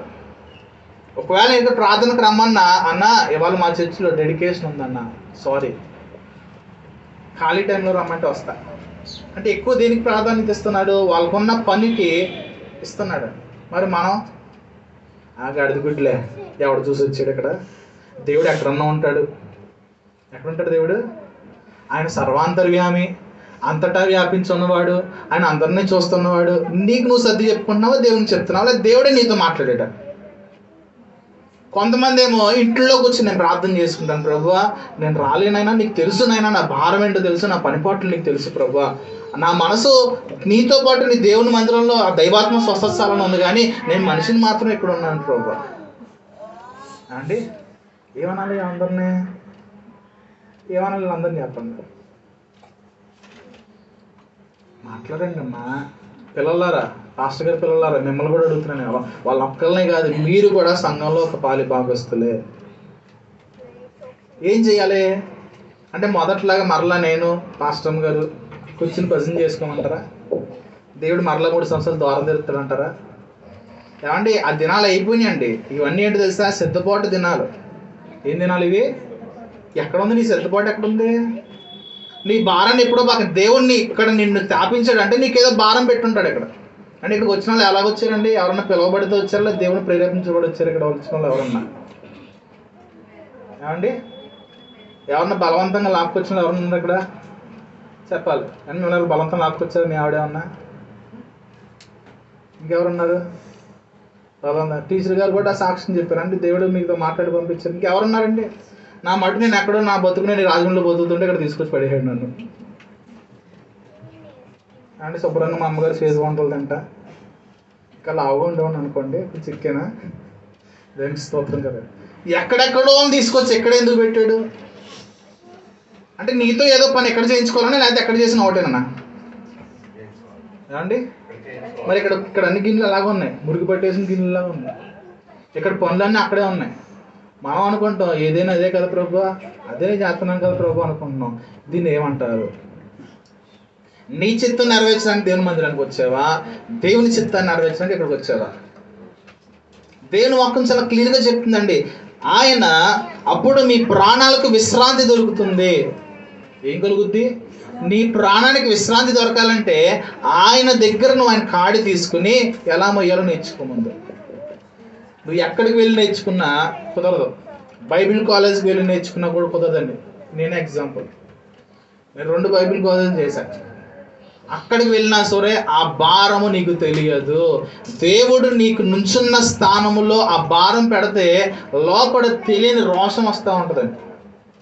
ఎలాంటి రోషమో చెప్తా. భార్య భర్తలు ఇద్దరు ఉన్నారు. మా అమ్మగారు ఉండగా పెద్ద పెద్ద మాటలు మాట్లాడతారు అనుకోండి, కానీ ఇక్కడ నుంచిన పరిస్థితి వేరు. దేవునికి స్తోత్రం కలుగుతుంది. భార్య భర్తలు ఉన్నారు. ఏమండి, భర్త ఎంతమంది భార్యలు కలిగి ఉంటే ఫస్ట్ భార్య ఇష్టపడుతుంది? అలా చూస్తారు ఏంటండి, చెప్పండి. ఫస్ట్ భార్య ఎంతమంది భార్యలు అంటే ఇష్టపడుతుంది ఆ భర్తనే? ఎవడైతే ప్రేమించేస్తుందని చెప్పండి. ఓకే, ఈజీగా. ఇంకోటి మా వర్కర్లో ఒక అబ్బాయి ఎంత దూరం వెళ్దామని ఈత కొట్టుకున్నాడు. అసలు ఈత రానుడు ఈత పోటీ పెట్టాడు ఇక్కడ. దేవునికి స్తోత్రం కలిగినగా. ఇక్కడి నుంచి అంత దూరం వెళ్ళాడు. మనకు అసలు ఈత లేదు కాబట్టి అందులో దూరం ఉండి కాదు. లేనిపోని ఇచ్చిపోతుంది అసలు వెళ్ళను. నాకు వస్తే చేస్తాను లేదా రాదు అంటాను. వెళ్ళి అక్కడికి వెళ్ళిన తర్వాత లోతైపోయి అంటాడండి. ఇప్పుడు చెప్పుకుంటే భయపడతాడు, నవ్వుతాడు. అది ఎప్పుడు మేము తలుచుకుంటూ ఉంటాం. ఎవడైతే ఈత పోటీకి వెళ్ళాడో ఆడు ఎదరికి వెళ్ళిపోయాడు. ఇంకొకటి మధ్యలో అయిపోయాడు. వచ్చి వచ్చి వచ్చి వచ్చి అంటే ఎక్కడి నుంచి వస్తాడు? ఏమండి, ఎక్కడి నుంచి వస్తాడు? ప్రాణం ఎవరిది? ప్రాణం ఎవరిది? దేవుని మహాకృప ఏదోలాగా అక్కడి నుంచి వచ్చాడు. సాక్ష్యం చెప్తున్నాడు. అయ్యి బాబోయ్, మరలా అప్పటి నుంచి ఈత కొట్టడానికి వెళ్ళలేదండి. మనకి రాని దానికోసం ఎక్కువగా ప్రయత్నం చేస్తూ ఉంటాం. ట్రైన్ అప్ అవ్వకుండానే చేసేస్తూ ఉంటాం. అవి భయంకరమైన ఊబులు. జాగ్రత్త. దేవునికి స్తోత్రం కలుగునుగా. దేవుడు నీ హృదయంలో ఒక రోషాన్ని పెట్టాలంటే ఆయన దగ్గరకు వచ్చి నేర్చుకో. ఆ భారము తెలియాలంటే ఆయన దగ్గరకు వచ్చి నేర్చుకుంటే కానీ ఆ భారం ఏంటో నీకు తెలియదు. ముందు భారం లేనివాడు క్రైస్తవుడు కాదు. ఉందండి వాక్యం. రోషము లేనివాడు, ఆయన రోషం కలిగిన దేవుడు అండి. ఆయన ఎవరు? యేసు ప్రభు. మనం మన ఇల్లు చక్క పెట్టుకోగానే పక్కింట్లోకి అన్ని సేవలు చేస్తూ ఉంటాం. ఎలా ఉంటుంది? భార్య ఏమంటుంది అంటే, భార్య చీర కొనమంటదండి. ఎప్పటి నుంచో అడుగుతుంది, డబ్బులు లేవే డబ్బులు లేవే డబ్బులు లేవే అని అంటుంది. పక్కింటి వాడు పాపం ఎప్పుడు చూసినా సరిపోయిన చీర వేసుకుంటే, అమ్మాయి ఇదిగా మనకి చీర కొన్నాను అమ్మంటే ఎలా ఉంటుంది? ఊహించుకోండి ఒకసారి. మీ భార్యను మీ ఆ పొజిషన్లో పెట్టుకుని మీరు చేసిన పనిని గుర్తుంచుకోండి. ఏం జరుగుద్ది నెక్స్ట్ స్టెప్? మా ఆయన అంత మంచోడు, మా ఆయన అంత మంచోడు అండి. మీ భార్యలు మీరు ఎప్పుడు చూసినా వండమంటే సారీ వండి పెట్టింది అనుకోండి. పాపం పక్కింటానికి సరిగ్గా అలావిడే వండట్లేదని చెప్పేసి మీరు వెళ్ళి చికెన్ బిర్యానీ వండేసి ఏమంటే తినండి మీకోసం చేసాను అనుకోండి. భర్త ఏం చేస్తాడు? ఓన్లీ ఎంత మంచిదానివే, ఆ సారీ అది నాకే పడి అల్పం బిర్యానీ ఇచ్చావు కదా వాళ్ళని దీవింతారంటాడా? ఏమంటాడు అండి? పద్ధతులు అసలు గుర్తుపెట్టుకుంటా. మొదట నువ్వు ఏ కుటుంబంలో ఉన్నావో ఆ కుటుంబాన్ని ఎదుగుదలలో లేదు. కారణం ఏంటి? నువ్వు చేయాల్సిన పని నువ్వు చేయట్లా. చేయకుండా ఎక్కడ చేస్తావు మనం? పక్కింట్లో, ఎదురింట్లో, వెనకాల ఇంట్లో, ముందింట్లో చేస్తా కూర్చుంటే మరి దేవునికి రోషం రాదండి? వస్తుందా? అందుకే నీకు ఏం ఉండట్లేదు తెలుసా? అప్పుడు మీ ప్రాణాలకు విశ్రాంతి దొరుకుతుంది. విశ్రాంతి ఉందా మీ జీవితంలో? చెప్పండి అమ్మ. నిజంగా గుండె మీద చేసుకుని అమ్మ నేను స్వచ్ఛంగా విశ్రాంతితో బ్రతుకుతున్నానండి అని ఎవరైనా చెప్పగలుగుతున్నారా? ఎందుకు చేయట్లేదు చెప్పనా? దేవుని భారము నువ్వు భరించట్లేదు. ఏం చేయట్లా? దేవుని భారం నువ్వు భరించట్లా, చెయ్యట్లా. నీకు సీనియారిటీ వచ్చి ఉండొచ్చేమో కానీ భారాన్ని ఎప్పుడో పక్కన పెట్టేసి. ఇక్కడ ఉన్న వాళ్ళందరూ కూడా ఇంచుమించు 2-3 సంవత్సరాలు సీనియారిటీకి వెళ్ళిన ఆయన కొత్తగా వచ్చాడు. ఆయన వచ్చి మధ్యలో వెళ్ళిపోయి మళ్ళీ వస్తున్నాడు. ఎందుకంటే బల్లరాధనకు వస్తున్నాడు ఆయన. మరి ఆయనకి బల్లరాధన తీసుకోకపోతే పాపం ఆవిడ చెప్పాడు తెలియదు కానీ వెనకాల ఆయన కరెక్ట్గా బల్లరాధనకు వస్తున్నాడు. ఈ మధ్యకాలం ఎక్కడెక్కడ తిరుగుతున్నాడు ఏంటో క్షమించండి. ఇవాళ నేను బల్లారాధన ఇవ్వను బాబు. బల్లారాధన ఇవ్వాలంటే సంఘములో పాలి భాగస్తులు అయి ఉండాలి. ఒకసారి అపోస్తుల కార్యము 2వ అధ్యాయం చదవండి. అక్కడ ఏముంది? వాళ్ళు అపోస్తుల బోధ యందును, రొట్టె విరుచుట యందును, ప్రార్థన చేయుట యందును, సహవాసం అందును. అలాగైతే మీ ఎవరు కూడా ఇవ్వకూడదు. ఆ మాటను బట్టి చూసుకుంటే ఇక్కడ ఎంతమంది రెడీగా ఉన్నారు తీసుకోండి. ఇప్పుడు బలారం తీసుకోవడానికి ఎంతమంది రెడీగా ఉన్నారు ఈ మాటను బట్టి చూసుకుంటే? ఏమండి, ఎక్కడుంది ఎడబాటు ఉందా మనలో? భయంకరమైన ఎడబాటు ఉందండి. ఎక్కడుంది ప్రార్థన జీవితం మన జీవితంలో? దేవుని మందిరంలో వాళ్ళందరూ ఎడబాటు లేకుండా కలిసి ప్రార్థన చేసేవారు. ఏమండి కలిసి అంటే ఎక్కడ ఎక్కడ ఇది కరోనా టైం కాదండి, ఇంట్లో కూర్చొని ఫోన్లో ప్రార్థన చేసుకోవడానికి. దేవుని మందిరాలు తెరవండి. అప్పుడు మనకి ఎంత ఊరేగేసాం, అయ్యి బాబోయ్ కరోనా వల్ల దేవుని మందిరాలకు రాలేకపోతున్నాం, కానీ కరోనా తీసేక తొడదల్లా ఆడిచ్చేస్తాం మందిరాలను. అనుకున్నావా అనుకోలేదా?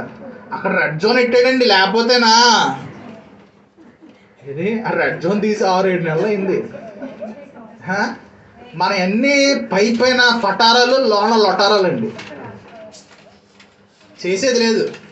2 నెలల క్రితమేమో నాకు ఇంటికి వెళ్ళి కేకేసగా ఉంది. ఎందుకురా బాబు ఇవన్నీ చెప్తున్నా. 2 నెలల క్రితమేమో ధూపం అన్నారు. ధూపం ఆరిపోయి అసలు బొగ్గులు కూడా ఎండిపోయినాయి. ఇక్కడ చూడండి ఒకసారి. ఎంతమంది వచ్చారండి ఈ వారం ధూపం వేయడానికి? ఎంతమంది వచ్చారు? సూపర్. ఒక్క చేయి లేచింది, 2 చేతులు లేచాయి. అంటే వారంలో 2 సార్లు ధూపం వేస్తే మొత్తం సాంబ్రాణి అయిపోద్దాం అనుకున్నారు. ఇటు నేను ఒక వాక్యం చదివి గుర్తుందండి. ప్రార్థనలో మనకు ధూపంలా కనబడుతుంది. ఏదో ధూపం ఏది మీ ఇంట్లో మీరు వేసుకున్నారేమో ధూపం. మరి దేవుని సంఘం పరిస్థితి ఏంటమ్మా? హిజ్కియా జీవిత చరిత్ర చదివితేనండి, హిజ్కియా దేవుని సన్నిధి గురించి ఎంత భారం కలిగి ఉన్నాడో మీకు అర్థమవుతుంది. ఎజ్రా, నెహమ్యా జీవిత చరిత్ర మీకు చదివితే వారికి దేవుని మందిరం అంటే ఎంత భారం ఉందో మీకు అర్థమవుతుంది. మనకెప్పుడు చూసినా మన భారం తీసేయాలి, దీవెనకరమైన ఆశీర్వాదాలు ఇచ్చారని చెప్పి వీటి కోసం పరిగెడుతున్నాం, కానీ దేవుని పని చేసేవాడు ఒక్కడు కూడా లేడు. ఫిలిప్పీలు రాసిన పత్రిక కూడా ఒక మాట చదువుతాం. టైం అయిపోయింది. నాకు కరెక్ట్గా ఈ బలారాధన రోజునే దేవుడు ఇంకా బలంగా నడిపెడతాం. వాళ్ళేమో నా కోసం ఫోన్ చేస్తూ ఉంటారు. ఫిలిప్పీలు రాసిన పత్రిక 2:21 చదవండి ఒకసారి. అందరూ తమ సొంత కార్యములనే చూసుకుంటున్నారు కానీ యేసుక్రీస్తు కార్యములను చూడరు. ఏంటంటే ఆన్లైన్ చూడొద్దండి, మళ్ళీ మనం చూసుకుందాం ఒకసారి. నీ మటుకు నీవు యేసు ప్రభు కార్యాన్ని ఏం చేసావు ఈ వారంలో? సరే ఈ వారం వదిలేండి. 2021 సంవత్సరంలో యేసు ప్రభు కార్యాన్ని నువ్వేం చేసావు? ఆయన సింహాసనాన్ని ఎంత పొడుగు చేసేసావు? ఏం చేసావు చెప్పు. ఏం చేశారండి? మన తోళం ఎంత ఉంది చూసారు మన కంట్లో? మన నలుసులనే చదువుతున్నాం. ఇప్పుడు నీ కంట్లో నలుసుని తీసుకోరా. నీ కంట్లో దూలం కనబడదు. నీకు ఏం కనబడద్దే? ఇప్పుడు చూడు ఎదురోడు కంట్లో నలుసులే మనకు కావాలి. నలుసు తీసుకోమ్మా, తీసుకో. నీ కంట్లో దూలం తెలియట్లే నీకు. ఎంతమంది చేశారు యేసు ప్రభు కార్యాలని? ఏమండి మా పనులు భారం సరిపోవట్లేదండి. అదే ఆయన తీసేస్తే ఇది నేను చేస్తానని అంటారు. ఇట్లా తీసేస్తే ఆయన చేస్తారా? నువ్వు తప్ప ఇంకా ఎవరికి లేరుగా ఆయనకి. అండి జాగ్రత్త. ఒక మాట చెబుతున్నాను, ఎవరైతే ఆయన తలాంతులు సరిగ్గా వాడరో తీసేసి కొత్త వాళ్ళకి ఆ తలాంతులు ఇవ్వబోతున్నాడు దేవుడు రాబో దినాల్లో.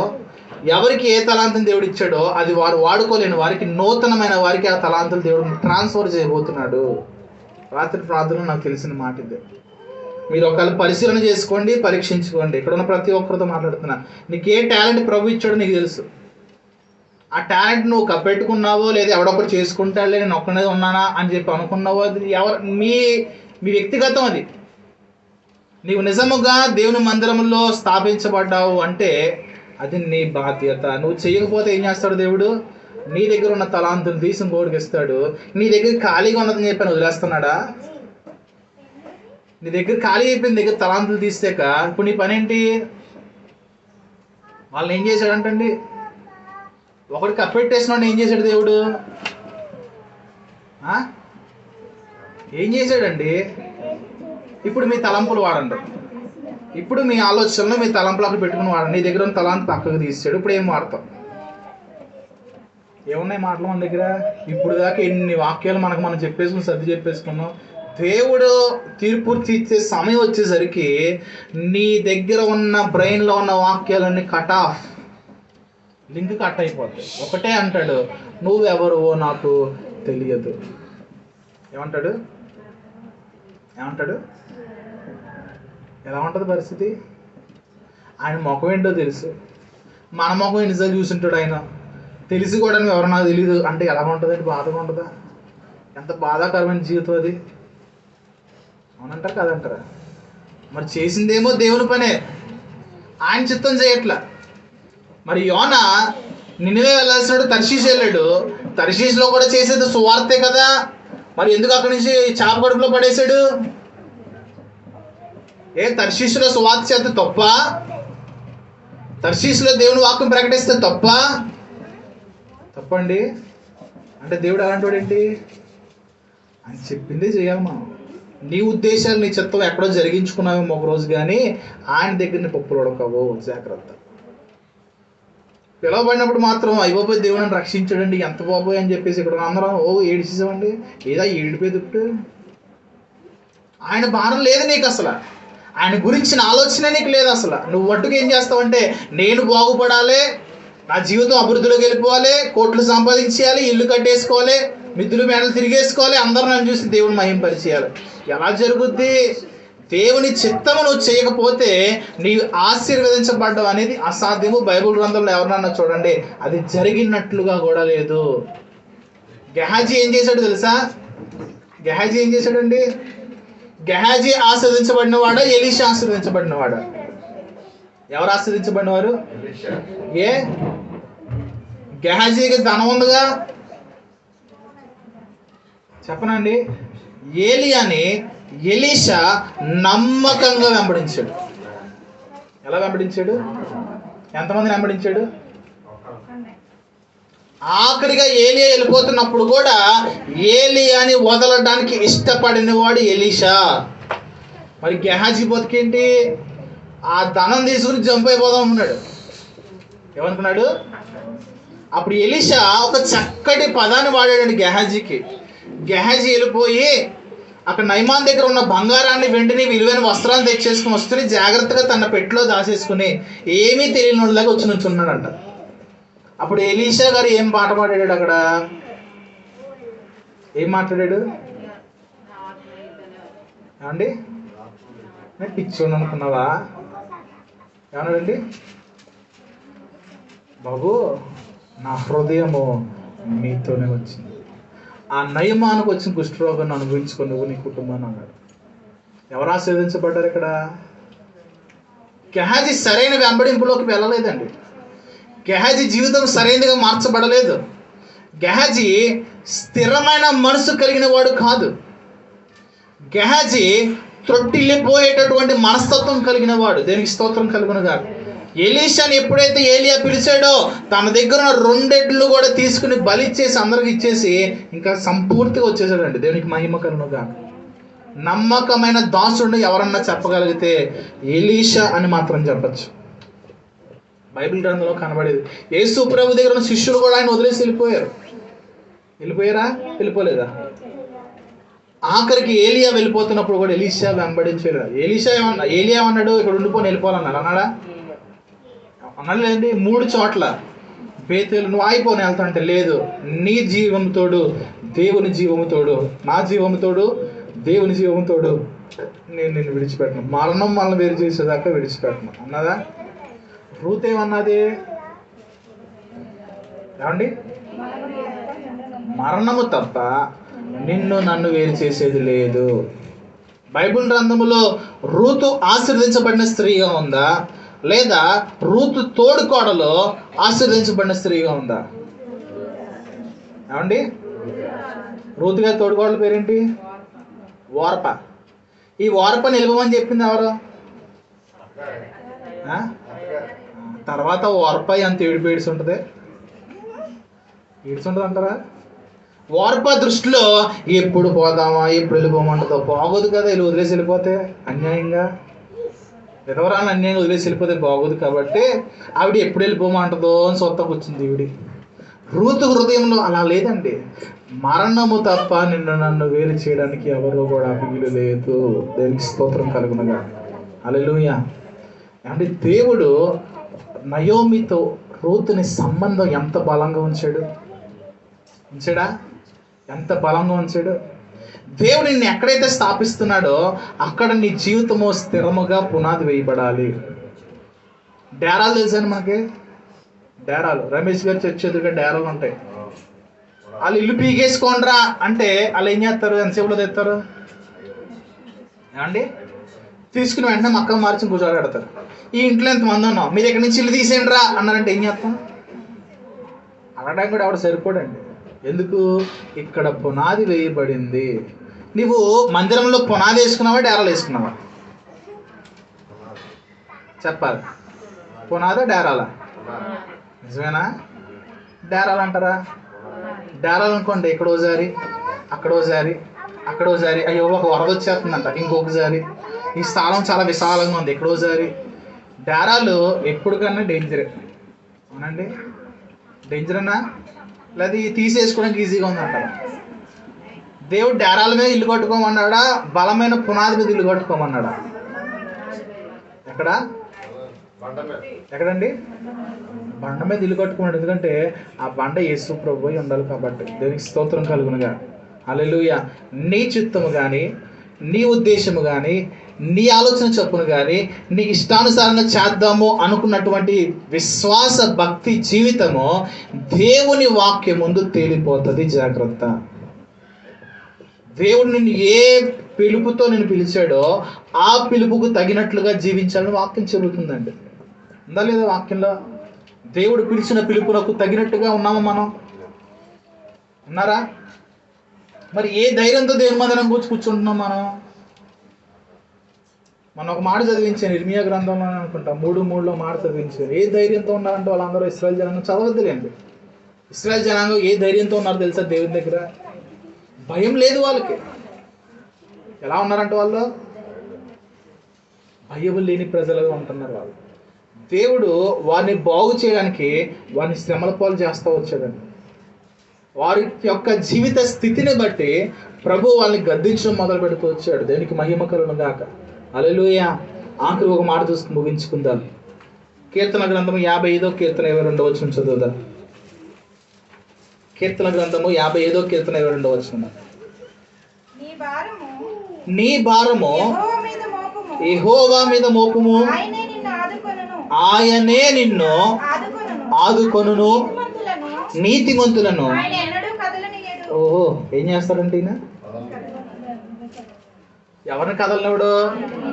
దారాలు ఉండే వలన, పిల్లర్లు వేసుకుని ఉన్న వలన? చెప్పండి. పుల్లర్లా, పునాదిలా? ఇంగ్లీష్ తెలుగు వెళ్ళిపోతా వచ్చిందా? ఎక్కడ ఉండాలి నువ్వు? ఇప్పుడు నువ్వు పరిశీలన చేసుకో. ఎవరిని పక్కన చూడొద్దు, ఎవరిలో నడుచులు చూడొద్దు. నీ మటుకు నీవు నీ విశ్వాస భక్తి జీవితము డేరాలో ఉందా లేదా పునాది మీద ఉందా? పరిశీలన చేసుకో. ఎక్కడుంది? ఏమండి? డేరాల మీద ఉందా, పునాది మీద ఉందా? నువ్వు డేరాల్లో వేసుకున్నంత మాత్రాన నీకు పట్టాభూములు వచ్చినట్టు కాదు. వచ్చినట్టండి. వాటన్నిటిని ఏమంటారు? అక్రమంగా ఆక్రమించినవి అంటారు. తీసేసుకోమంటే మళ్ళీ ఇంకో చోట వేసుకోవాల్సిందే. గాలికి పొట్టు ఎలా ఎగురుద్దో అలా ఎగరాల్సిందే. దేవుడు మనల్ని అయితే స్థిరమైన పునాది మీద ఉండమంటున్నాడు. దేవునికి స్తోత్రం కలుగును. ఇల్లు ఎవరు కట్టుకోవాలి? దేవుడు కట్టాలి, నువ్వు కట్టుకోవాలి. అండి, ఎవరు కట్టుకోవాలి? కట్టుకోవాల్సిన పని ఎవరిదే? కనీసం ఇటుకలు తెచ్చుకున్న వాళ్ళు లేరు, ఇసుక తెచ్చుకున్న వాళ్ళు లేరు. అన్ని రెడీమేడ్లు కావాలి మనకి. జగనాన్ని కట్టించేస్తే డైరెక్ట్ గృహప్రవేశం, భోజనాలు, వెళ్ళిపోవడం. అసలు అందులో శ్రమ ఎక్కడ ఉంది? ప్రయాస ఎక్కడ ఉంది? ఏమంటే మన కష్టార్జితంతో చేసిన సంతోషంగా ఉంటుందా? ఫ్రీగా వచ్చిన సంతోషంగా ఉంటుందా? ఏమండి, మనం ప్రతి పని దగ్గరుండి కష్టార్జితం చేసింది ఎంత బాగుంటుంది? ఉంటుందా? ఉండదా? విలువగా ఉంటుందండి. రెడీమేడ్లు ఎప్పుడు కూడా మంచివి కాదు. దేవుడు మనల్ని ఎప్పుడు కూడా స్థిరమైన పునాదుల మీద ఉండడానికి పిలుచుకున్నాడు. దేవునికి స్తోత్రం కలుగును గాక. హల్లెలూయా. నీ భారము కాదు కానీ ఆయన భారము మోయడానికి ఆయన దగ్గర నేర్చుకునే అనుభవంలోకి నువ్వు వెళ్ళు. ఆయన భారం ఎత్తుకొని ఆయన దగ్గరికి వచ్చి, ప్రభువా ఈ భారం నేను ఎలా మోయాలనైనా నాకు తెలియదని నువ్వు చెప్పి ఆయన అడగగలిగితే ఆయన నీకు నేర్పిస్తాడు. నువ్వు వాళ్ళు చేశారు, వాళ్ళ దగ్గర నేర్చుకుందో, వాళ్ళ దగ్గర చూసి కాపీ పేస్ట్ చేద్దాం అంటే మాత్రం వాళ్ళకి ఇచ్చిన పరిచర్య నీకు ఇచ్చిన పరిచర్య ఒక్కటి కాదు. దేవునికి స్తోత్రం కలుగుగాక. ఇక్కడ ఇంచుమించు 20 మంది ఉన్నారా? 20 మందికి ఒకటే రకమైన తలాంతు దేవుడు ఇవ్వలేదు. వాళ్ళు చేసినట్లుగా నువ్వు చేద్దాం అనుకున్నావు అంటే బోల్తా పడతావు. వాళ్ళు చేసిందే నేను చేద్దాం అనుకున్నా అంటే బోల్తా పడతావు. మొదట దేవుని దగ్గరికి వచ్చి ఆ భారంలో ఏం దాగుందో అడగడం నేర్చుకో. ఆ భారం ఏంటి అసలు, అదేంటో తెలుసుకో. ముందు తెలుసుకుంటే నీకు అర్థం అవుద్ది. ఆ భారం లోపల ఉందనుకో, అది చేసేదాకా నీకు నిద్ర పట్టదు. అది చేసేదాకా నీకు నిద్ర పట్టదు. మొదట ఆయన దగ్గర అడిగిన వాళ్ళు ఎంతమంది ఉన్నారండి? అసలు ఎంతమంది అడిగారు? ఇక్కడ ఉన్న వాళ్ళు ఎంతమంది అడుగుతున్నారు, ప్రభు నీకు నాకు ఇచ్చిన భారం ఏంటని చెప్పి ఎప్పుడైనా అడిగేవా? నువ్వు తెలుసుకోగలిగేవా? అందుకే నేర్చుకో, ప్రతిరోజు నేర్చుకోవాలండి. ఒకసారి నేర్చేసుకుని వెళ్ళిపోవడానికి కుదరదు. దీనికి కూడా ఫేస్బుక్లో ఒక వీడియో చూశాను, అది కూడా కార్టూన్దే. ఒక అతడు ఏరోప్లేన్ క్లీన్ చేసేవాడంట. మీరు కూడా చూసే ఉంటారు. ఏరోప్లేన్ క్లీన్ చేసే క్లీనర్లు ఉంటారు చూసారా? వాడు క్లీన్ చేస్తున్నాడు అంట. క్లీన్ చేస్తూ లోపల కూడా మరి క్లీన్ చేయాలి కదా, క్యాబిన్ అక్కడ ఉన్న ఎక్విప్మెంట్ కంప్యూటర్స్ని క్లీన్ చేయాలి కదా. క్లీన్ చేయడానికి వెళ్తూ ఇలా సొరుగు తీసాడంట. సొరుగు దిగిన అందులో పుస్తకం దొరికింది, హౌ టు ఫ్లై ఏరోప్లేన్.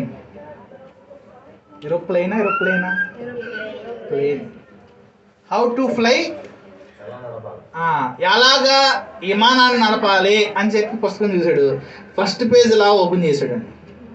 చూసారు ఎవరిని వీడియో?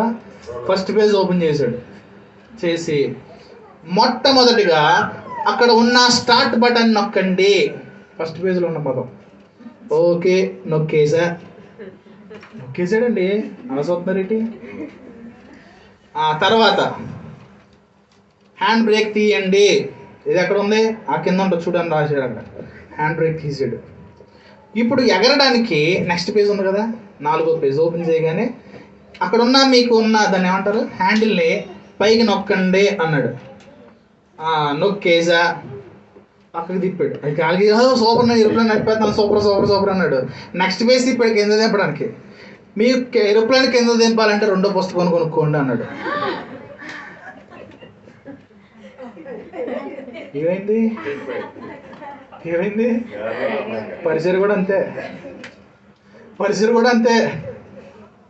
ఒకప్పుడు వాక్యం చెప్తున్నాడు అనుకున్నాండి, నాకు మొదలు పెట్టవచ్చు కానీ ఆపడం రాదనుకున్నాను. నేను ప్రభు ప్రార్థన చేశాను, ప్రభు ఎండింగ్ ఎలాగ ఇవ్వాలో నాకు తెలియదు నాయన. ప్రార్థన నిజంగానండి, సంవత్సరం పాటు నాకు ఎండింగ్ ఎలాగ ఇవ్వాలో తెలిసేది కాదు. ఇంత టాల్ రాసుకొచ్చేవాడు. మరి ఎండింగ్ ఎలాగ ఉంటుందో మీరే చెప్పాలి, నాకు తెలియదు. కానీ దేవునికి స్తోత్రం కలుగుతాయా. పుస్తకం మొత్తం చదివి అందులో దూరాలా, ఒక పేజ్ తర్వాత ఒక పేజ్ స్టార్ట్ చేయాలా? ఏమండి ఏం చేయాలి? 2వ పుస్తకం కొనుక్కురా అన్నాడు. చచ్చిపోయాడు. ఎక్కడ కొనుక్కొస్తాడు ఇంకా? అది అక్కడక్కడే గిర్ర తిరిగేసి ఎక్కడ పోతే చచ్చిపోయాడు అనమాట. జాగ్రత్త. నువ్వు చూసిందల్లా ఈజీ అనుకుంటే కుదరదు. దేవుడి దగ్గర నేర్చుకుంటే ఆ కాడి సులువుగా ఉంటుంది. దేవునికి మహిమ కలుగుగా. హల్లెలూయా. ఒకసారి ఢిల్లీ వెళ్ళామండి, పాస్టర్ గారు, నేను, రమేష్ గారు, పాస్టర్ గారు, ఒక ఎంతమంది వెళ్ళిన అక్కడి నుంచి ఒక 7 వెళ్ళాం. మాతో పాటు వచ్చిన ఒక వ్యక్తి ఉన్నాడు. అంటే ఇక్కడ ఉన్న ఒక వ్యక్తి అంటే ఇక్కడ లేడైనా, ఆయన ఎవరితో పడితే వాళ్ళతో ఆయన ఏం చెప్పుకున్నాడంటే, నేను జ్యోతిరాజు గారి దగ్గర బాప్తిజం తీసుకుని చెప్పు. ప్రార్థన చేసేదేమో ఈ పాస్టర్ గారు, కుటుంబాల్లో కార్యం జరిగిందేమో ఈ పాస్టర్ గారు. ఏమంటే బాప్తిజం ఎక్కడ తీసుకున్నాడంట? నాకు మొబ్బిడిపోయింది. ఎంతమందితో చెప్పాడంటే కనీసం ఒక 20 మందికి చెప్పాడండి. అంటే ఆంధ్ర నుంచి మన చుట్టుపక్కల ప్రాంతం, అప్పుడు మీకు తెలిసి జ్యోతిబాబు గారు తెలుసు కదా, ఆయన ఇంచుమించి ఇక్కడి నుంచి ఒక 80 మందిని తీసుకెళ్ళి ఉండొచ్చేమో. అందరితో కూడా గర్వంగా చెప్తున్నాడు. నాకు అర్థం కాలేదు, జ్యోతిరాజు గారితో నేను బాప్తిజం తీసుకున్నానంటే. పౌలే పక్కకు దోసాడండి. ఏంటి నేను పౌలు వాడినా, నేను కేఫా వాడినా, నేను ఆ వాడిని ఈ వాడిని అంటే, ఒరే బాబు మేము ఎలాంటి వాళ్ళమో, నీకు ఎవరు నీకు అసలు బాప్తిజం ఇచ్చినాడు ఎవడో, యేసు ప్రభు తప్ప నీకు రక్షణ కూడా నీకు ఎవరు లేడు కదా అని చెప్పి తిట్టిపడేసాడండి. క్రైస్తవులు ఎలా ఉన్నారంటే పలానా పేరు చెప్పుకుని రోషం తెచ్చేసుకుంటారు. అలా గాలి తీసేవాడు ఆయన ఉన్నాడండి. జాగ్రత్త. నీవు తగ్గించుకుంటేనే కానీ నువ్వు హెచ్చించబడలేవు. అప్పుడు కొంతమంది బాప్తిసాలు తీసుకోవడానికి వస్తే ఇక్కడ మొన్న ఎవరో బాప్తిసి యోహాన్ గారు ఏం చేశారా, నా బాబే రాబాబు అన్నాడా? ఏమన్నాడండి? ఎవరిని బాప్తిసాలు తీసుకోవడానికి వచ్చిన వాళ్ళని ఏమంటున్నాడు ఈయన? బుద్ధి జ్ఞానం ఉంది పాస్టర్కి అసలు. అంటే బుద్ధి జ్ఞానం ఉంది పాస్టర్కి అసలు. ఏమన్నాడు? సర్పసంతానమా, రాబో ఉగ్రత నుంచి మిమ్మల్ని తప్పించడానికి బుద్ధి చెప్పినాడు ఎవడరా నీకు? తిడతా ఎవడన్నా వస్తాడండి అసలు? ఎవడన్నా వస్తాడు అసలు? ఎవరిష్టం జనాలకి? బిలాం లాంటి వాళ్ళు ఇష్టం. ఎవరికి? బిలాం ఎప్పుడు చూసినా నచ్చిన వాళ్ళకి ఏం చేసి చక్కటి ప్రవచనాలు పలుకుతాడు, నచ్చిన వాళ్ళకి యుద్ధం ప్రవచనాలు పలుకుతూ ఉంటాడు. దేవుడు ఏం చేశాడు? బిలాము నాబాబు రానన్న కూర్చానడా? ఏం చేశాడండి? తీసుకెళ్ళి అన్య జనాలకు వదిలేశాడు. జాగ్రత్త. దేవుడు నీకు ఇష్టమైన కాపర్లను ఏర్పాటు చేసుకోమన్నాడా?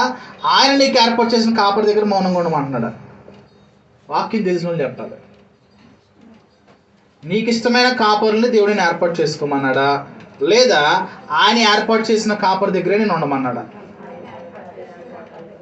చెప్పండి అమ్మా. ఒకవేళ నీకు నచ్చిన కాపర్ని ఏర్పాటు చేసుకుంటే ఏమవుద్ది? పర్లోక రోజు వెళ్తామని కన్ఫర్మ్ అని ఉందా? ఉందంటారా? లేదంటారా? చెప్పండి అమ్మ. నోరులు తెరవండి అమ్మ. కొంచెం టైం అయిపోతుంది. వాళ్ళు నన్ను తిట్టుకుంటారు, అక్కడ రావట్లేదు, నేను ఎప్పుడు చూసినా లేట్ చేస్తాడు. చెప్పాలి. ఇవన్నీ ప్రశ్నలు ఇవాళ మీకు వేసాను అండి. జవాబులు రాసుకోండి ఇంటికి. వ్యక్తిగతంగా పరిశీలన చేసుకోండి. ఎవరన్నా సరే ఆత్మీయ జీవితాన్ని, భక్తి జీవితాన్ని ఇతరులతో ఎప్పుడు మీరు పోల్చుకోవద్దు. కానీ మీ మట్టుకు మీరు వాక్యం ఏమై ఉన్నది? యాకోబు రాసిన పత్రికలో అర్థమై ఉందంట. ఏముందండి? అద్దంలో చూసుకుంటావా, ఎదుటి మొహం చూసుకుని పౌడర్ రాసుకుంటావా? మీరు ఎలా చేస్తున్నారు చెప్పండి అమ్మా. నువ్వు అద్దంలో పౌడర్ రాసుకుంటావు, మీ అక్క మొహం చూసి పౌడర్ రాసుకుంటావా? నువ్వేం చేస్తావు? ఏం చేస్తావు నువ్వు? నువ్వేం చేస్తావమ్మా? మీరేం చేస్తారండి? అలాగా ఫోన్లో చూసి రాసుకుంటారా? కనీసం తలను దూకుంటాం కదండి. ఏం చేస్తారు? సార్ జస్వంత్ ఎగ్జాంపుల్ చేసి ఇచ్చే కదా, మళ్ళీ ఇంకా అవసరం లేదు. వాక్యము తప్ప నువ్వు ఎవరితో నీ భక్తిని పోల్చుకోవద్దు. ఇంకొకరితో నీ భక్తి పోల్చుకున్నావు అంటే నువ్వు గాలికి వెళ్ళిపోతున్నావు. జాగ్రత్త. వాక్యము నువ్వు, వాక్యము నేను, అంటే ఇంకెవరో కాదండి మధ్యవర్తి. మధ్యవర్తి ఎవరంటే దేవుడు మాత్రమే. దేవునికి స్తోత్రం కలుగునుగా. వేరొకరు నువ్వు మధ్యవర్తిగా పెట్టుకున్నావు అంటే ఇంక నేను ఎవడు కాపాడలేడు. దేవునికి నరునికి మధ్యవర్తి ఎవరంటే యేసు క్రీస్తు ప్రభు అనే నరుడు అని రాయబడింది ఖచ్చితంగా బైబిల్ గ్రంథంలో. దేవునికి మహిమ కలుగునుగా. హల్లెలూయా. ఇప్పుడు ఎవరు భారం మోయడానికి ఇష్టపడుతున్నావు? నువ్వు ఇప్పుడు ఎవరు భారం మోయడానికి ఇష్టపడుతున్నావు? చెప్పడం చెప్తారు కానీ రేపు చూడాలి ఎలా ఉంటుందో. ఏమండి?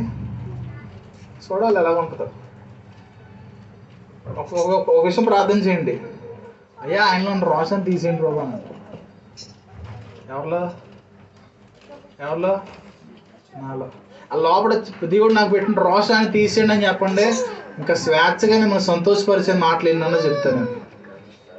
ఇది నా మంట కాదండి, దేవుడు నాకు ఇచ్చిన మంట. నీళ్ళు మీరు పోతే కానీ ఆరదది. ఎవరు పోయాలి? మీరు నాకు నీళ్లు పోసి ఆ మంటను ఆరిస్తే తప్ప అది ఆరదు. అలాగే ఏం చేయాలంటే మీరు దేవుడిని అడగండి. ప్రభా మంట ఏంటి ఆరిపోయిన అయినా తట్టుకోలేకపోతున్నాము, ఎందుకు వచ్చిన మంట అది, కొంచెం ఆశీర్వాద వచనాలు పంపించండి, 2022 సంవత్సరం అడిగెడుతున్నాం కదా అని చెప్పి ప్రార్థన చేయండి. దేవుడు ఎందుకంటే మనల్ని ఆలకిస్తారు. అంటే ఇశ్రాయేలు జనాంగం మనం ఆలకించలేదా? వాళ్ళకి న్యాయాధిపతులు వద్దని సమూయేలు దగ్గరికి వచ్చి అడిగారంట. దేవుడు ఏమన్నాడు? మీ బతుకుల వల్ల మీరు అడిగారు కదా, ఈ న్యాయాధిపతులను పక్కకు తీసి రాజులు నెడతాను, వారు మిమ్మల్ని గద్దాలతోటి, కొరడాలతోటి, భారములతోటి మిమ్మల్ని ఏలుతారు. అలాగే అవునుగాక. వచ్చారండి తర్వాత. దేవుడు ఏర్పాటు చేసిన దానికి కాకుండా నీ ఉద్దేశం చొప్పున దేవుని అడిగేవంటే మాత్రం అది నిన్ను ఉరిలోకి తీసుకువెళ్తుంది తప్ప నీకు ఆశీర్వాదంగా ఎంత మాత్రం ఉండదు. జాగ్రత్త. మనకి దేవుని చిత్తాలు నచ్చవండి, ఖచ్చితంగా చెప్తాను. దేవుని చిత్తాలు, దేవుని ఉద్దేశాలు మనకు నచ్చవు. ఎందుకంటే మన ఉద్దేశాలు మనం సంతోషపరుస్తాయి కానీ దేవుని ఉద్దేశాలు సంతోషపరచవు. నాకు తెలిసి ఇక్కడ వాళ్ళు కూర్చున్న వాళ్ళు ఎవరో కూడా ఈ వాక్యాన్ని బట్టి సంతోషించరు. నాకు తెలుసు. నేను కావాలనేది చెప్పలేదు, దేవుడు నడిపింపబట్టి చెప్పి. నేను రాసుకున్నది ఏంటంటే నీ భారాన్ని దేవుడికి ఈరా బాబు, దేవుడు భారం నీకే ఎడతాడు. అది త్వరగా చెప్పేసి అరగంటలో వెళ్ళిపోదాం అనుకున్నాను. ఆయన కట్టేస్తుంటే నేనేం చేస్తానండి? ఇప్పుడు కుదరట్లేదు చూడండి. దేవునికి స్తోత్రం కలుగునుగా. దేవునికి మహిమ కలుగునుగా. దేవుని దగ్గర ఆయన భారం ఏంటో తెలుసుకుందాం. మొదట ఆయన భారాన్ని నువ్వు అడగకుండా నీకు ఆయన భారం చెప్పడు. ఎందుకంటే అది లోక సంబంధముగా ఎలా పడతలకు వచ్చే భారం అయితే కాదండి దేవుడు ఇచ్చే భారము. అది చాలా ఉన్నతమైన కార్య సంబంధమైన భారము. దేవునికి స్తోత్రం. ఆ భారం నీలో ఉన్నప్పుడు ఆ మంట చాలా భయంకరంగా ఉంటుంది. ఆ మంట చాలా భయంకరంగా ఉంటుందండి. దేవుడు పెట్టిన మంట మామూలుగా ఉండదు. దేవుని దగ్గర అడుగుతాం, ప్రభా నీ భారం ఏంటో నాకు చెప్పు, నేను చేయగలుగుతాను. ఆయన విషయం అడుగుతున్నాడంటే 2 అధ్యాయం 3 అధ్యాయం చదివితే, దేవా నేను వెళ్తాను ఆయన. ఆయన ఏడుస్తున్నాడంటే, ప్రభు ఎవరున్నారు ఏడుస్తున్నాడంటే దేవుడు. ఏంటి వాళ్ళ ఉద్దేశాలు కాదు, 100 మంది ఉన్నారు అప్పటికి ప్రవక్తలు, అప్పటికే కొన్ని వేల మంది ప్రవక్తలు ఉన్నారు. దేవుడు అడుగుతున్నాడు, ఆయన చిత్తమును జరిగించే ప్రవక్తలు ఎవడైనా ఉన్నాడని దేవుడు అడుగుతున్నాడు. ఆయన ఉద్దేశాలు నెరవేర్చే సేవకులు ఎవరైనా అని చెప్పి దేవుడు అడుగుతున్నాడు. ఇప్పుడు సేవకుల పని ఏంటంటే సంపాదించుకోవాలి, బ్యాగులు వేసుకోవాలి, ఏమండి, లేదా ఎంతమందిని చూపించుకోవాలి. ఎంతమంది చూపించుకుని ఫేస్బుక్లో పెట్టుకుంటే, అమ్మ బాబోయ్ ఎంతమంది కట్టేసావా, అందులో అసలైన వాళ్ళు ఎవరో కొసలైన వాళ్ళు ఎవరో మనకు తెలియదు. ఏమండి, పలానా మీటింగ్లో లక్షలాది మంది వచ్చారని చెప్పి బాంబులేట్లు ఏం తెలిసారా? ఎవరి లక్షలాది మంది? ఆ సంఘస్థులేనా? వాళ్ళు రక్షించుకున్న వాళ్ళేనా? వాళ్ళ వాక్యం చెప్తేనే బలపడిన వాళ్ళ? ఎవరు వీరంతా? గుడ్డుగోరులండి. ఎవరిల్లో అదే మనకు పెడితే మాత్రం ఒక్కడు రాడు ప్రార్థనలకి, ఈసురోమంటే వస్తాడు ప్రార్థనకు వచ్చేవాళ్ళు. ఆ పెద్ద పాటలు గారు కదా, పలానా పాటలు గారు చెప్పారండి వాళ్ళ, అమ్మ బాబోయ్ ఏం నేర్చుకున్నామమ్మా అంటే, అని నేర్చుకున్నది పక్కనెట్టండి అని చెప్పింది అంత గొప్పగా ఉందో, మార్కులు వేస్తారండి. అయ్యి బాబు ఏం గొప్ప బతుకులు. కానీ వాక్యానికి మార్కులు వేసేవాళ్ళని ఏమనాలి? ఇంకా ఎప్పుడన్నా వేసామమ్మా వాక్యానికి మార్కులు? వాక్యానికి మార్కులు ఎలాగ వేసుకోవాలని చెప్పనండి. దేవుడు 100 వచనాలు చెప్తే, 100 వాక్యాలు చెప్తే బై వేసుకుని ఆ వాక్యాల్లో నీ బ్రతుకు ఎంత కరెక్ట్గా ఉన్నదో అక్కడ కరెక్ట్ మార్కులు వేసుకో. పావులు వారలొద్దు. అంటే ఇందులో కృప ఉండదు. కృప రోజులు అయిపోయినాయి. ఇప్పుడు మనం 100 క్వశ్చన్స్ ఇచ్చారండి, బిట్స్ ఇచ్చారు. 100కి ఎన్ని కరెక్ట్గా రాస్తే అన్ని మార్కులు ఇస్తారా? పోతే పోయిందని 100 వేస్తారా? పోతే పోయిందని 100 వేస్తే అక్కడ మొత్తం కొట్టుకుపోద్ది లోకం. ఇప్పుడు ఆల్రెడీ జరిగింది 2 సంవత్సరాలు కరోనా బ్యాచ్ ఉంది కదా. ఈ కరోనా బ్యాచ్ ఏంటి? అందులో చదివినోడు ఉన్నాడు. దేవుని వాక్యం ఈ దినాన్ని నీకు వచ్చిన దాంట్లో 100 బార్ వేసుకుని పైన ఎన్ని చేసావు? కనీసం పాస్ మార్కులను వచ్చాయా? ఫెయిల్ అయిపోయావా? 100 out of 100 ఎవరికి ఉంది? అంటే ఆయన నిన్ను పిలుచుకుంది 100 out of 100 పిలుచుకున్నాడా? పాస్ మార్క్ పిలుచుకున్నాడా? ఏమండి, దేనికి పిలుచుకున్నాడు ప్రభు? 100కు 100, 100కి 100% కావాలా? పాస్ మార్కులు తెలిపోదాం పరలోక రాజ్యానికి. పరలోక రాజ్యానికి పాస్ మార్కులకి నో ఎంట్రీ. తెలుసా? నో ఎంట్రీ బోర్డు కరెక్ట్గా ఉంటుంది అక్కడ. నువ్వెవరో నాకు తెలియదు అని ఇస్తాడా? నీకు వీలైతే ఆ 100కు 200 తెచ్చుకో. 10 తలాంతులోడు ఏం చేశాడంటండి? 5 తలాంతులోడు ఏం చేశాడు? మనం ఏం చేస్తున్నాం? హాఫ్ అది అసలు లేనే లేదు. దేవుడు 200 చేయడానికి ఇష్టపడే దేవుడు ఆయన. ఆయన దగ్గర నువ్వు 200 చేసుకోవాలనుకున్నావు, నువ్వు 200 పని చేయి. ఏమా, నేను ఒక అరగంట ప్రార్థన చేయమంటే ఏం చేస్తావు? ఈ లోపు సర్దుకుని కూర్చున్నప్పుడు 10 నిమిషాలు అయిపోతాయి. నీ ఉద్దేశం ఏంటంటే 11 ప్రార్థన చేయాలనుకుంటావా? ఈ లోపు 5 సర్ది పెట్టి నేను 11 ప్రార్థన చేద్దాం అనుకున్నాను కదా అనుకుంటావు. ఆ టైం లెక్కేసేస్తావు. సర్దుకుని కూర్చుని లాక్కుని మోకాలు వేసి అయ్యా అని 11:30 అయిపోద్ది. ఇంకో బాగుంటాం త్వరగా ఆమె అని అంటున్నాడు. ఎవడన్నా ఒక కోసం దూరం నడవమంటే 2 కోసలు నడవు అన్నాడమ్మా. మనం మొక్కుబళ్ళు చెల్లిస్తూ ఉంటాం దశమ భాగాలు. ఏంటా దశమ భాగాలు? రోజుల్లో 3.5 గంటలు దేవుంది అంతే. దశమ భాగమైనా చెల్లించాల్సింది రుణం అనేది ఏమన్నా దేవునికి? ఏమండి, దేవునికి సంతోషంగా ఏమన్నాడండి? దేవునికి కానుకలు ఇచ్చాడు ఎలా ఇవ్వాలంట? 7 బొట్టు మొహలు ఇచ్చారు ఎవరన్నంటే. మన ప్రార్థన దేవుడికి ఎలాగైతుందని తెలుసా? 7 ఇస్తున్నాం అండి. అయ్యి బాబు వేసిపోతే బాబు ఇంకేమైనా ఉందా?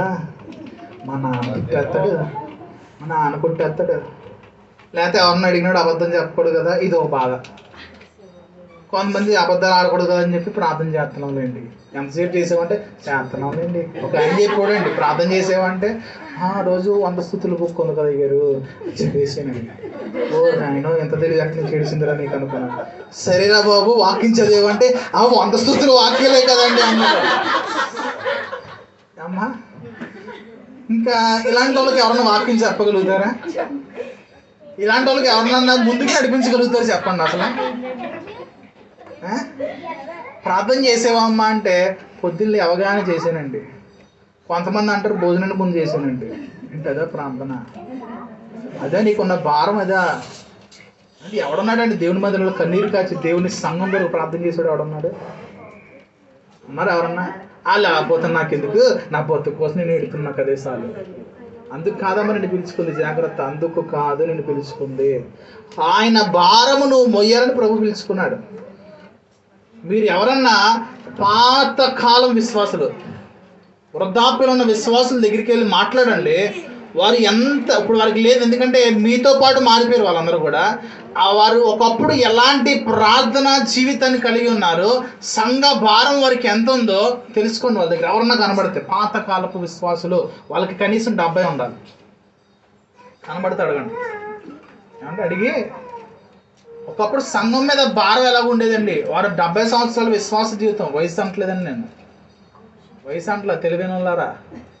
65 సంవత్సరాలు రక్షించబడి 70 సంవత్సరాలు అయితే అది కాదు అంటుంది. 70 సంవత్సరాలు అంటే వారు ఇంచుమించు యవ్వన కాలము లేదా బాల్య వయసు నుంచి వారు దేవుని మందిరంలో నడిపించబడిన వారై ఉండాలి. ఇప్పుడు చిన్నప్పటి నుంచి దేవుని మందిరం నడిపిస్తున్నారు, వీళ్ళకి ఆ భారం తెలియదు. ఉంటుందండి వీళ్ళకి ఆ భారం. వచ్చేమా, కూర్చున్నామా, చెప్పింది రాసుకున్నామా, మరలా వదిలేసేమా, అది కాదండి భారం అంటే. పాతకాలపు విశ్వాసులు పరిశీలన, ఎందుకంటే చాలా అరుదుగా దొరుకుతారు, ఇప్పుడు దొరక వాళ్ళు ఎవరో కూడా. వాళ్ళకి సంఘం గురించి భారం ఉండేది. ఏముండేది తెలుసా? ప్రభువా, ఆ సంఘంలో ఒక్కళ్ళు కూడా నశించిపోకూడదు నాయన, నా సంఘంలో ఒక్కళ్ళు కూడా నశించిపో. ఎంతమంది చేత జరుగుతుందండి ఆ ప్రార్థన? ఒకటి చేత సరిపోద్దా అండి? మరి ఎంతమంది ఉంది ఈ భారం? లిస్ట్ చేసే ప్రార్థన కాదమ్మా, ఆయన దగ్గర కన్నీరు కార్చాలి. రోధించే స్త్రీలు పిలవనంపండి, రావట్లేదు. ఇర్మియా గ్రంథంలో ఉందండి, రోదన చేయు స్త్రీలను మీరు పిలవనంపుడి. ఎందుకు రాశాడు తెలుసా దేవుడు? ఆ మాట ఎందుకు చెప్పాడు తెలుసా? ఇశ్రాయేలు యెరూషలేము పట్టణం నాశనం కాకుండా ఉండాలని చెప్పి రోదన చేసే స్త్రీలను దేవుని మందిరానికి రమ్మన్నాడు. అక్కడ ఎంతమంది వస్తున్నారు రోదన చేయడానికి? ఎంతమంది వస్తున్నారమ్మా? మీకు పిల్లలు దేవుడు ఇచ్చాడు, దేవుని స్తోత్రం. ఆ పిల్లల్నే కారణంగా పెట్టుకోకండి. అప్పట్లో కూడా పిల్లలను అన్నారు, మీకంటే ఎక్కువగా అన్నారు. మీరు రెండింటికి అయిపోతున్నారు, కానీ వాళ్ళు 10-20 సంఖ్యల్లో కన్నారు వాళ్ళు. మరి వాళ్ళు ప్రార్థనా పరులు కాదంటారా? వారు విశ్వాస వీరులు కాదంటారండి? చెప్పండి. వారి పనులతో పోల్చుకుంటే నీ పని అంతా నీకు గ్యాస్ స్టవ్ టిక్ అంటే అయిపోద్ది. వాళ్ళ పుల్లలు వెలిగితే కానీ వెలిగేది కాదు. నీకు 3 విజిల్లు వచ్చేటప్పటికి 5 నిమిషాలు అన్నం ఉడికిపోద్ది. వాళ్ళు గంటల ధర కూర్చుని ఫూ అని ఉత్తిగా అన్నం ఉడికేది కాదండి. అప్పుడు ఈ అన్నం కూడా కాదు, ఈ అన్నం 2 నిమిషాలు ఉడికిపోద్ది. సజ్జలో, జొన్నలో ఇవన్నీ ఉడికేటప్పటికి ఎంత టైం పడుతుందో తెలుసా మీకు? విజిల్లోనే 10 విజిల్లు వేస్తాను కానీ జొన్నలు ఉడకవు. నేను తిన్నాను అవి కూడా. 10 విజిల్లు వేస్తేనే కానీ ఉడకదు. మరి పొలాల పోయి మీద ఎంత ఉడికించాలంటారు? నీ పని ఎక్కువ, వాళ్ళ పని ఎక్కువ. నువ్వు 4 కొండ పెట్టడానికి అయిపోతున్నావు. వాళ్ళు 10-20 మంది ఉమ్మడి కుటుంబాలు. మరలా అప్పుడు 30 మందికి కలిపి ఉండేవారు. వాళ్ళ కాక వాళ్ళ వెనకాల పశువులకు వండాలి. ఏమండి? అవి కాక వాళ్ళ పశువులు దగ్గర పనిచేసే వాళ్ళు వాళ్ళకి వెళ్ళి అన్నం పెట్టాలి. వాళ్ళు చేసుకుని దేవుని మందిరానికి వెళ్ళి ప్రార్థన చేసుకునేవారు. అంటే వాళ్ళ భక్తి గొప్పదా, నీ భక్తి గొప్పదా? రెడీమేడ్ భక్తి మనకి. కొంతమంది ఫోన్లో వాక్యం చూసేసి 2.5 గంటల సేపు పలానా ఆయన వాక్యం వినేసిన వాళ్ళు 2.5 గంటలు దేవుడికి ఇచ్చేసాను, అయిపోయింది. ఇప్పుడు 3 గంటలు కూర్చున్నారా? ఇవాళ కోట అయిపోయింది. దేవునికి ఇవ్వాల్సిన కోట అయిపోయింది. లేరంటారా? ఎలాంటి వాళ్ళు ఏమంటే లేరంటారా? వెళ్ళి కీర్తనని వెళ్ళి ప్రార్థన చేయమ్మా అని చెప్పంటే ఇప్పుడు దాకా చేసావు కదా, చాలా చేసు అంటే మిమ్మల్ని మీరు సమర్థించుకున్నంత వరకు భక్తిలో మీరు ఎదగలేరు. మీరు నన్ను తిట్టుకోండి, లేదా పేపర్ తీసుకుని ఎన్ని కాంటెంట్ రాసుకోండి. ఏంటి తిట్లు? మీ ఇష్టం, ఎన్నన్నా రాసుకోవచ్చు. దేవుడు మిమ్మల్ని క్షమించను కాక, నేను అసలు ఏమన్నా.